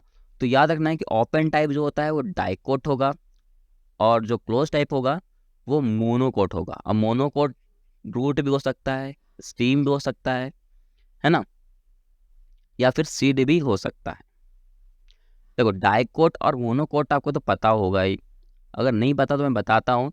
डाइकोट कहते हैं जिसके अंदर दो कोटिलेडन प्रेजेंट हो, जिसके सीड में दो कोटिलेडन प्रेजेंट हो, जैसे कि हो गया बीज, पीज, है ना। इसके अंदर दो ग्राम, ये सब में क्या है, दो कोटिलेडन प्रेजेंट हैं, राइट। अब आते हैं ग्राउंड टिश्यू सिस्टम में। ग्राउंड टिश्यू सिस्टम का कहना है कि इसके अंदर सारे टिश्यू सिस्टम आ जाते हैं, एक्सेप्शनल कौन है? Epidermis and vascular bundles. यही मतलब वैस्कुलर टिश्यू सिस्टम और ये जो है हमारा एपिडर्मल टिश्यू सिस्टम, इस दोनों को छोड़ करके बाकी जो भी बच गया है ना, वो सारा का सारा टिश्यू सिस्टम इस ग्राउंड टिश्यू सिस्टम के अंदर ही आ जाता है। और इसके अंदर पैरेन्काइमा भी होता है, कॉलेनकाइमा भी होता है, और स्क्लेरेन्काइमा भी प्रेजेंट होता है। मतलब है कि क्या, पैरेन्काइमा क्या करता है? ग्रोथ करवाने में हेल्प करता है। कॉलेनकाइमा भी क्या रहता है? सपोर्ट प्रोवाइड करता है। और स्क्लेरेन्काइमा मतलब कि वो डेड हो गया तो भी उसको सपोर्ट प्रोवाइड करके रख रहा है। मतलब समझो तो सारे प्लांट आ जाते हैं इसके अंदर, है कि नहीं। अब बात थर्ड पॉइंट क्या कहता है? In leaf mesophyll are present. जो लीव्स होते हैं उसके अंदर मेसोफिल भी प्रेजेंट होते हैं, और कैसा होते हैं? थिन वॉल्ड क्लोरोप्लास्ट भी प्रेजेंट होता है। अब हम स्टार्ट करते हैं स्टीम, रूट और लीव्स। एक बार पढ़ेंगे मोनोकोट के थ्रू और एक बार पढ़ेंगे डाइकोट्स के थ्रू। इससे पहले मैं फिर से बता दूं कि आपको ये वैस्कुलर टिश्यू सिस्टम याद होना चाहिए, है ना, कंफ्यूज मत होना। तो स्टार्ट करते हैं डाइकोट सिस्टम। यहाँ धीरे धीरे पढ़ेंगे, कोई दिक्कत नहीं है अपन को, है ना। डाइकोट सिस्टम स्टार्ट करते हैं। पहला क्या है? एपिडर्मिस।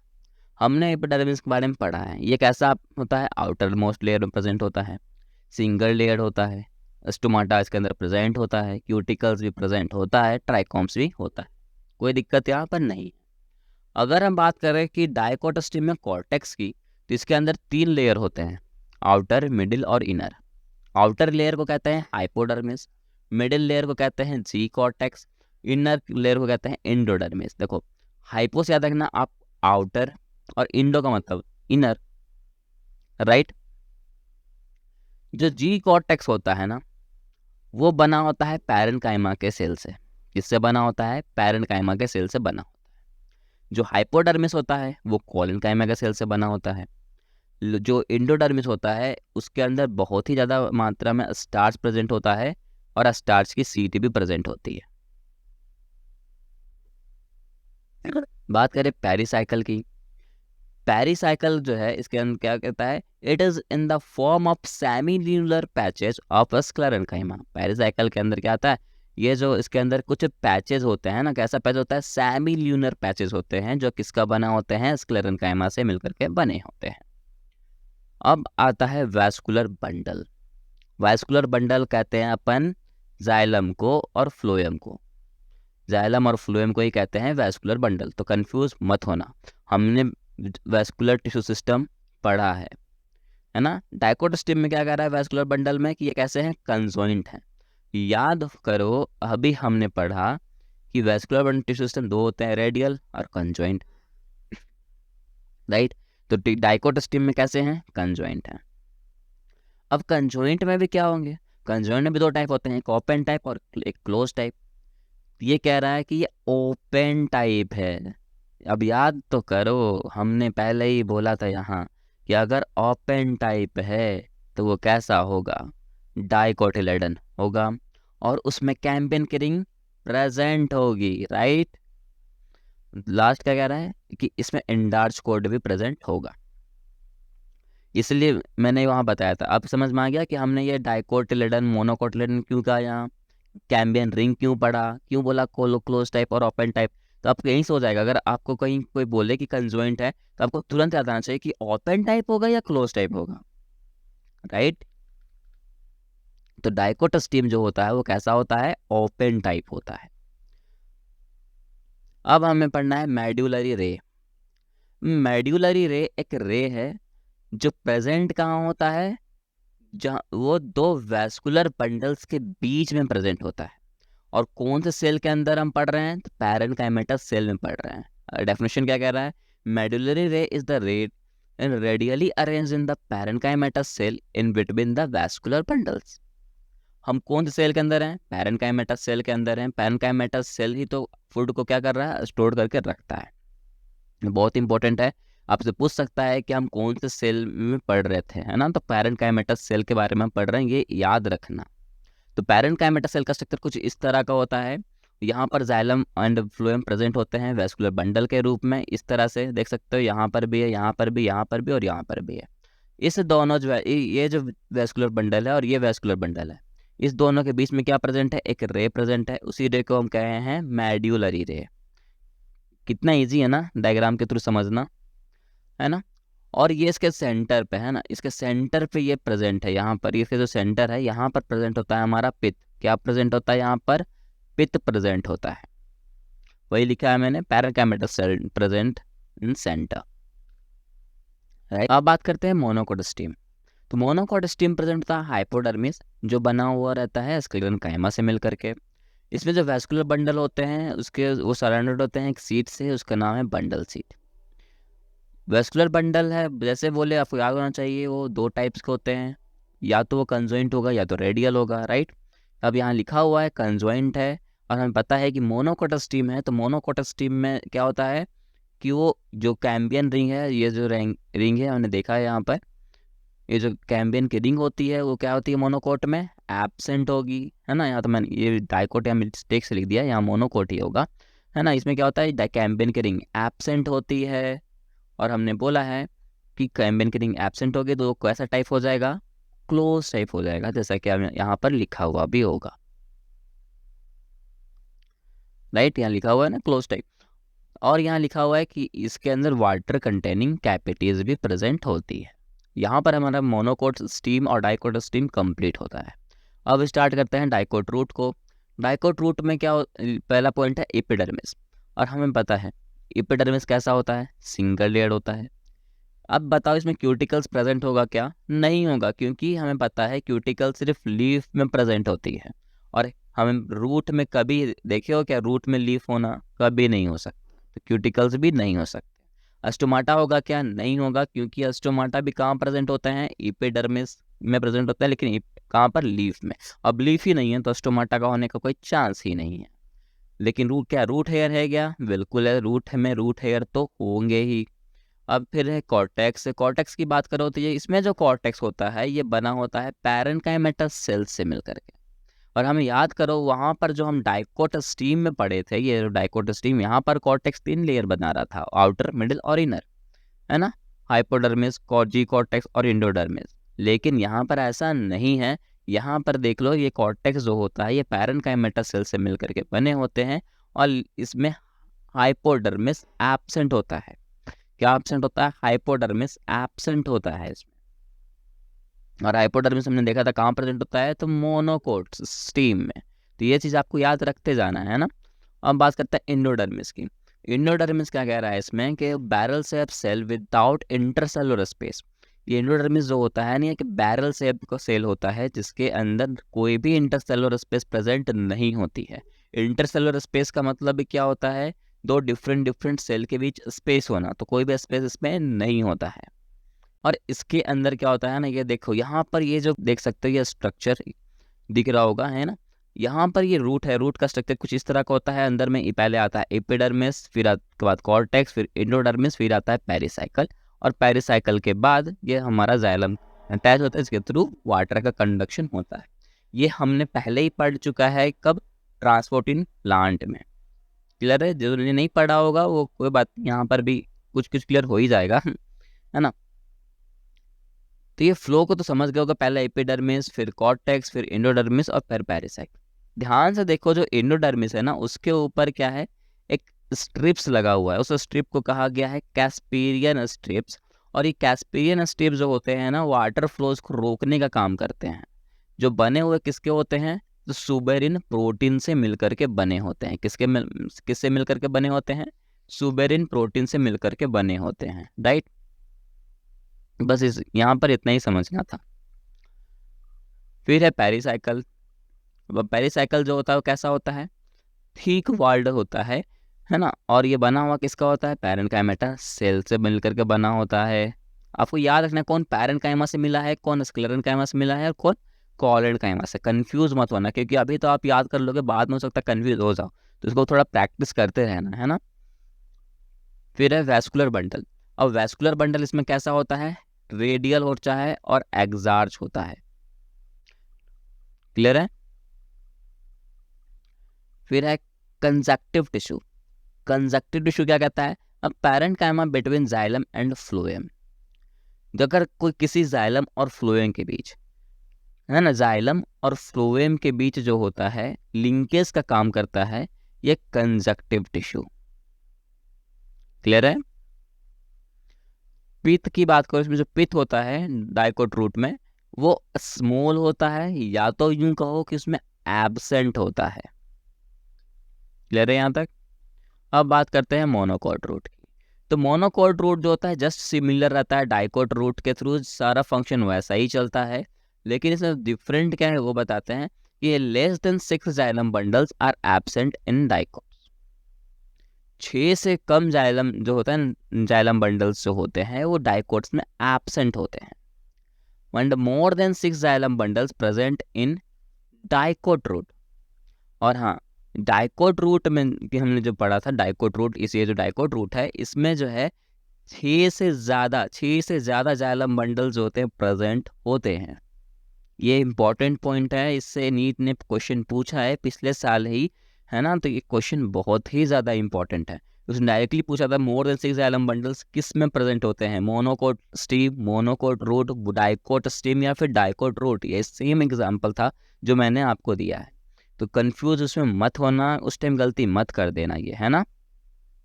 और इसमें पित्त जो होता है ये लार्ज होता है एंड वेल डेवलप होता है, किसमें, मोनोकोट रूट में।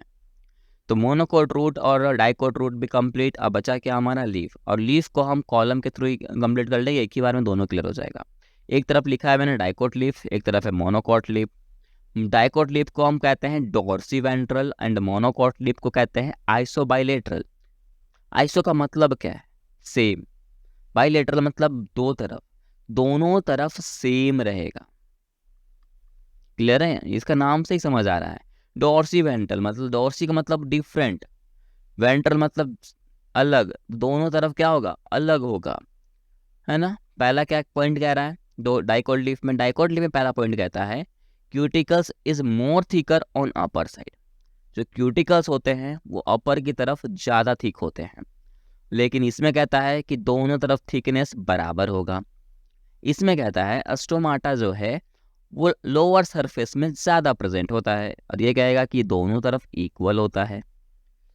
ये कहता है कि इसे मेसोफिल्स जो सेल जो होते हैं वो दो लेयर बनाते हैं, दो लेयर प्रेजेंट होता है, एक अपर और एक लोअर। अपर को कहते हैं पैलासिडा और लोअर में होता है स्पॉन्जी।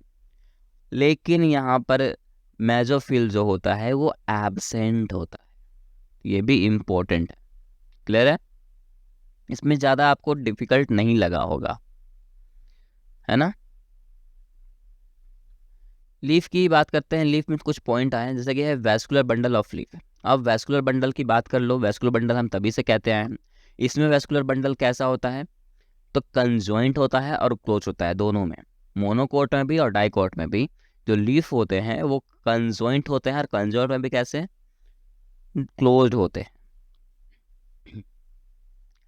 और ये इसमें ये इसके जो वैस्कुलर बंडल होते हैं वो एक बंडल से कवर्ड होते हैं। ये चीज़ लिखा हुआ है और कुछ भी नहीं है। अब स्टार्ट करते हैं सेकेंडरी ग्रोथ। यह बहुत इंपॉर्टेंट है और मार्क स्कोरिंग भी है। अगर आपने अभी तक ध्यान से देखा है लेक्चर तो यहाँ कोई भी दिक्कत नहीं होगा। सेकेंडरी ग्रोथ से क्या होता है, सेकेंडरी ग्रोथ से प्लांट जो होते हैं वाइडर बनते हैं और थीकर बनते हैं, है ना। तो सबसे पहले सेकेंडरी ग्रोथ हमें पढ़ना है किसके बारे में, स्टीम के बारे में। क्यों, क्योंकि हमने सबसे पहले डाइकोट स्टीम भी पढ़ा था, तो ये स्टीम से स्टार्ट करते हैं, है ना। और यहाँ से लिंकिंग है सारा, देखो कैसे लिंकिंग करेंगे वो देखो। जो ग्रोथ होता है ना स्टीम में, वो दो टाइप के होते हैं, एक है इंट्रास्टिलर, एक होता है एक्स्ट्रास्टिलर। इंट्रा का मतलब होता है अंदर, एक्स्ट्रा का मतलब होता है बाहर, स्टीलर का मतलब होता है स्टीम। मतलब स्टीम का अंदर अगर ग्रोथ होगा तो कौन कराएगा, इंट्रास्टिलर। स्टीम के बाहर ग्रोथ होगा तो कौन कराएगा, एक्स्ट्रा स्टीलर। और इंट्रास्टीलर में क्या प्रेजेंट होता है, वैस्कुलर कैम्बियन, और एक्स्ट्रा स्टीलर में प्रेजेंट होता है कॉर्क कैम्बियन। अब यहाँ पर क्लियर हो गया होगा आपको, जो हम स्टार्टिंग में कवर किए थे कि vascular Cambrian, cork Cambrian, secondary growth. अब यहाँ पर क्लियर हो गया होगा, है ना। अगर नहीं हुआ तो आप ये लेक्चर फिर से देखना, वहाँ पर मैंने बताया है ये चीज़, है ना। आगे आते हैं, आगे डायग्राम, ये डायग्राम देखने से पहले इस डायग्राम के आ जाओ। ये देख सकते हो, ये छोटा सा मैंने डायग्राम यहाँ बनाया है। ये देख सकते हो यहाँ पर, ये जो अंदर की तरफ यहाँ पर ग्रोथ हो रहा है तो कौन करवाएगा, इंट्रास्टीलर। इस जगह पे ग्रोथ होगा तो कौन करवाएगा, एक्स्ट्रा स्टीलर। यहाँ तक कोई दिक्कत है, अगर कोई प्रॉब्लम हो तो आप मेरे को कमेंट जरूर करना। अब आ जाए इस डायग्राम की। ये डायग्राम देखो, बाहर की तरफ क्या प्रेजेंट है, कॉर्क कैम्बियन। अंदर की तरफ क्या प्रेजेंट है, वैस्कुलर कैम्बियन। कोई दिक्कत, कोई भी दिक्कत नहीं। इस वैस्कुलर कैम्बियन में ही वैस्कुलर बंडल प्रेजेंट है, यानी कि जाइलम और फ्लोएम। अब याद करो, हमने एक डायग्राम देखा था यहाँ पर, ये देखो, ये हमने फ्लोएम और ये देखो जाइलम। फ्लोएम किधर है, बाहर की तरफ है, जाइलम किधर है, अंदर की तरफ। मैंने बताया था दोनों के बीच कैम्बियन की रिंग भी थी। और ये कैम्बियन की रिंग किस तरह से अरेंज होती है, आप इस फिगर से देखो, है ना। ये देखो कैम्बियन की रिंग किस तरह से अरेंज है, देख सकते हो यहाँ पर। ये कैम्बियन की रिंग इधर से आई, मेडुलरी रे से अटैच हुई, फिर से इससे अटैच हुई, फिर से मेडुलरी रे से अटैच है, फिर से इससे अटैच है। तो इस तरह से जो और कैम्बियन की जो लाइन है ना, वो कुछ इस तरह से बॉन्डेड रहती है। क्लियर है। और आप बोलोगे सर यहाँ तो फ्लोएम भी है, जाइलम भी है, बीच में कैम्बियन रिंग भी है, तो ये यहाँ से भी क्लियर हो जा रहा है हमें कि हम डाइकोट रूट या फिर डाइकोट स्टीम की बात कर रहे हैं, राइट। कोई दिक्कत है यहाँ पर, कोई भी दिक्कत नहीं होनी चाहिए। क्लियर है, बिल्कुल। अब देखो यहाँ पर ये जो फ्लोएम है, ये जाइलम है ना, इस कंडीशन में अभी ये प्राइमरी में है, प्राइमरी कंडीशन में। अभी तक जब कुछ भी नहीं हुआ तो हम बोलेंगे ये प्राइमरी कंडीशन में है। लेकिन ये कॉर्क कैम्बियन जो होता है ना, ये सोच चाहता है कि हम प्राइमरी में ना रहे, हम सेकेंडरी को फॉर्म करें, मतलब सेकेंडरी जाइलम और सेकेंडरी फ्लोएम को फॉर्म करें। तो ये क्या करता है, ये धीरे धीरे एक्सपैंड होने लगता है। एक्सपैंड होता है मतलब ये फ्लोएम को बाहर की तरफ धकेलेगा और जाइलम को अंदर की तरफ धकेलेगा। तो बाहर की तरफ हमारा बनेगा सेकेंडरी फ्लोएम, और अंदर की तरफ बनेगा हमारा सेकेंडरी जाइलम। तो हम बोलते हैं जो सेकेंडरी जाइलम होता है ना, वो कहाँ बनेगा? कॉर्क कैम्बियन के अंदर बनेगा, सॉरी कॉर्क कैम्बियन के बाहर, सॉरी। तो हम बोलते हैं जो सेकेंडरी जाइलम है ना, वो वैस्कुलर कैम्बियन के अंदर बनेगा, और जो फ्लोएम है ना, वो जो कॉर्क कैम्बियन है उसके बाहर बनेगा। राइट है? कोई दिक्कत है यहाँ पर? चलो, अब यहाँ पॉइंट क्या लिखा है वो देखो। पहला पॉइंट क्या है? Vascular Cambrian is more active towards inner side. जो वैस्कुलर कैम्बियन होते हैं वो अंदर की तरफ ज़्यादा स्ट्रांग होते हैं। राइट? तो अगर वैस्कुलर कैम्बियन अंदर की तरफ ज़्यादा स्ट्रांग है, तो कहीं ना कहीं सेकेंडरी जाइलम जो फॉर्म हुआ होगा, ये सेकेंडरी जाइलम जो होगा वो अंदर की तरफ ही तो बना होगा, वो भी तो ज़्यादा स्ट्रांग होगा इस फ्लोएम से, वो भी तो ज़्यादा स्ट्रांग होगा ना इस फ्लोएम से। राइट? कोई दिक्कत? कोई भी दिक्कत नहीं है। थर्ड पॉइंट कहता है primary and secondary phloem crushed due to secondary xylem. Simple सी बात है, ये फ्लोएम जो है बाहर की तरफ था ही, इसको भी धकेल रहा है बाहर की तरफ। सेकेंडरी फ्लोएम भी बन रहा है बाहर की तरफ। कौन धकेल रहा है? Cambrian ring. क्यों धकेल रहा है? क्योंकि इसको सेकेंडरी फ्लोएम बनाना है। तो सेकेंडरी फ्लोएम को बनाने के लिए क्या कर रहा है? ये बाहर धकेल दे रहा है। तो एक तरह से समझो तो खत्म हो ही तो हो जा रहा है, और खत्म इसको कर कौन रहा है? तो सेकेंडरी जाइलम ही तो खत्म कर रहा है इसे। राइट? ना ये सेकेंडरी जाइलम और सेकेंडरी फ्लोएम बनाने का सोचता, ना ये सेकेंडरी फ्लोएम इस वैस्कुलर बंडल से वैस्कुलर कैम्बियन से बाहर जाता। राइट? लास्ट पॉइंट क्या कहता है? कैम्बियन फॉर्म सेकेंडरी मेड्यूलरी रे। और ये जो वैस्कुलर कैम्बियन होता है ना, वो अंदर की तरफ ही दूसरा सेकेंडरी मेड्यूलरी रे को फॉर्म कर देता है।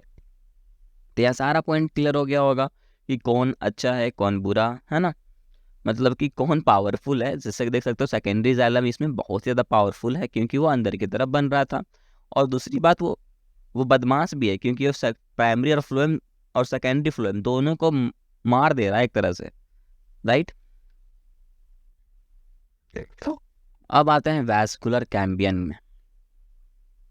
वैस्कुलर कैम्बियन जो होता है इसके दो टाइप होता है, एक स्प्रिंग एक ऑटम। स्प्रिंग और ऑटम।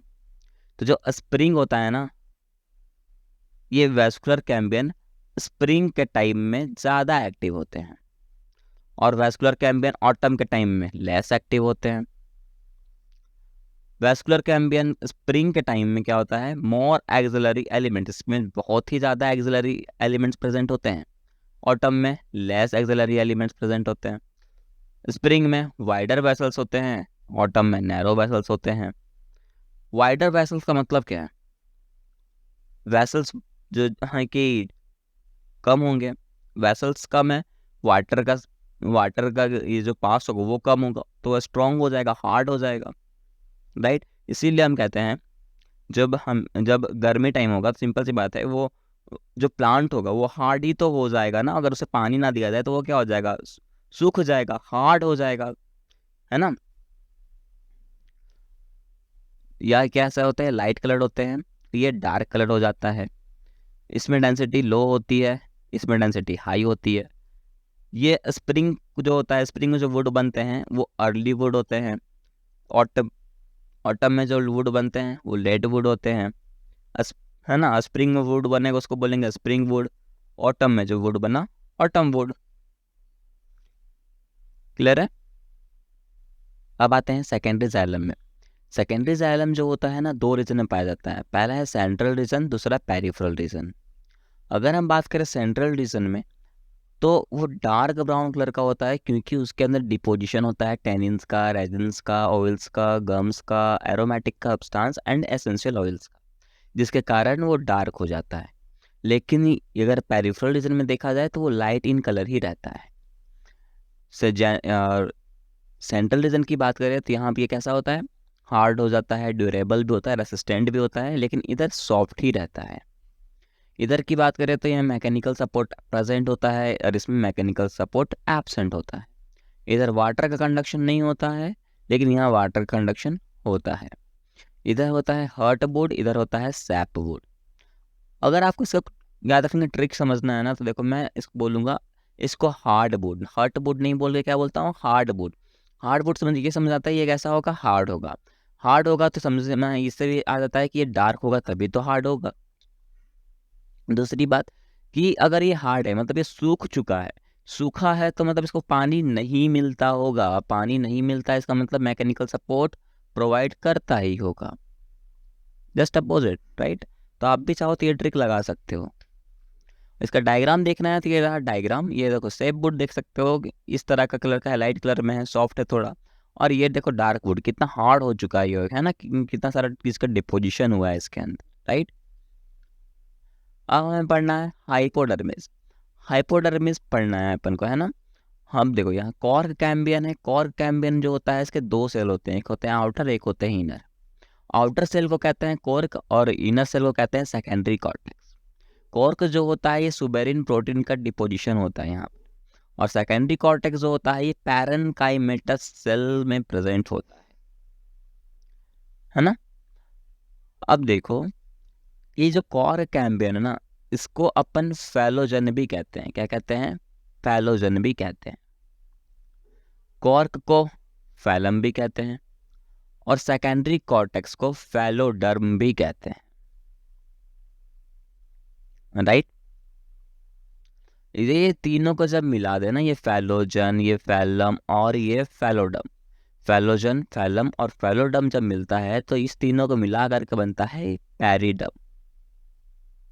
क्या बनता है? पैरिडम बनता है। तो क्वेश्चन नीट में आपको यहाँ कंफ्यूज करके पूछेगा, आपसे पूछेगा कि बताओ पैरिडम जो होते हैं, पैरिडर्म का आउटर लेयर, पैरिडम का आउटर लेयर का नाम क्या होगा? अब बताओ पैरिडम का आउटर लेयर आप क्या समझोगे?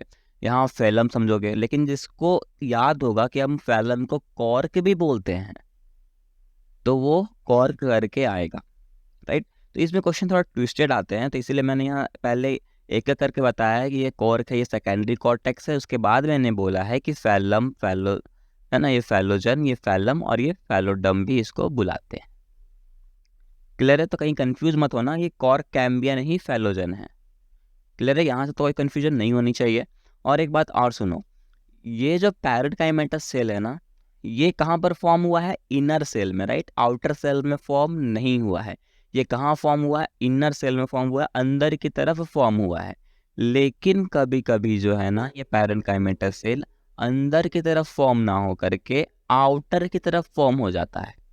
ध्यान से सुनना, कभी कभी ये पैरेनकाइमेटस सेल अंदर की तरफ फॉर्म ना हो करके आउटर सेल में फॉर्म हो जाता है। इट मीन्स कॉर्क में फॉर्म हो जाता है, या तो यू को फैलम में फॉर्म हो जाता है।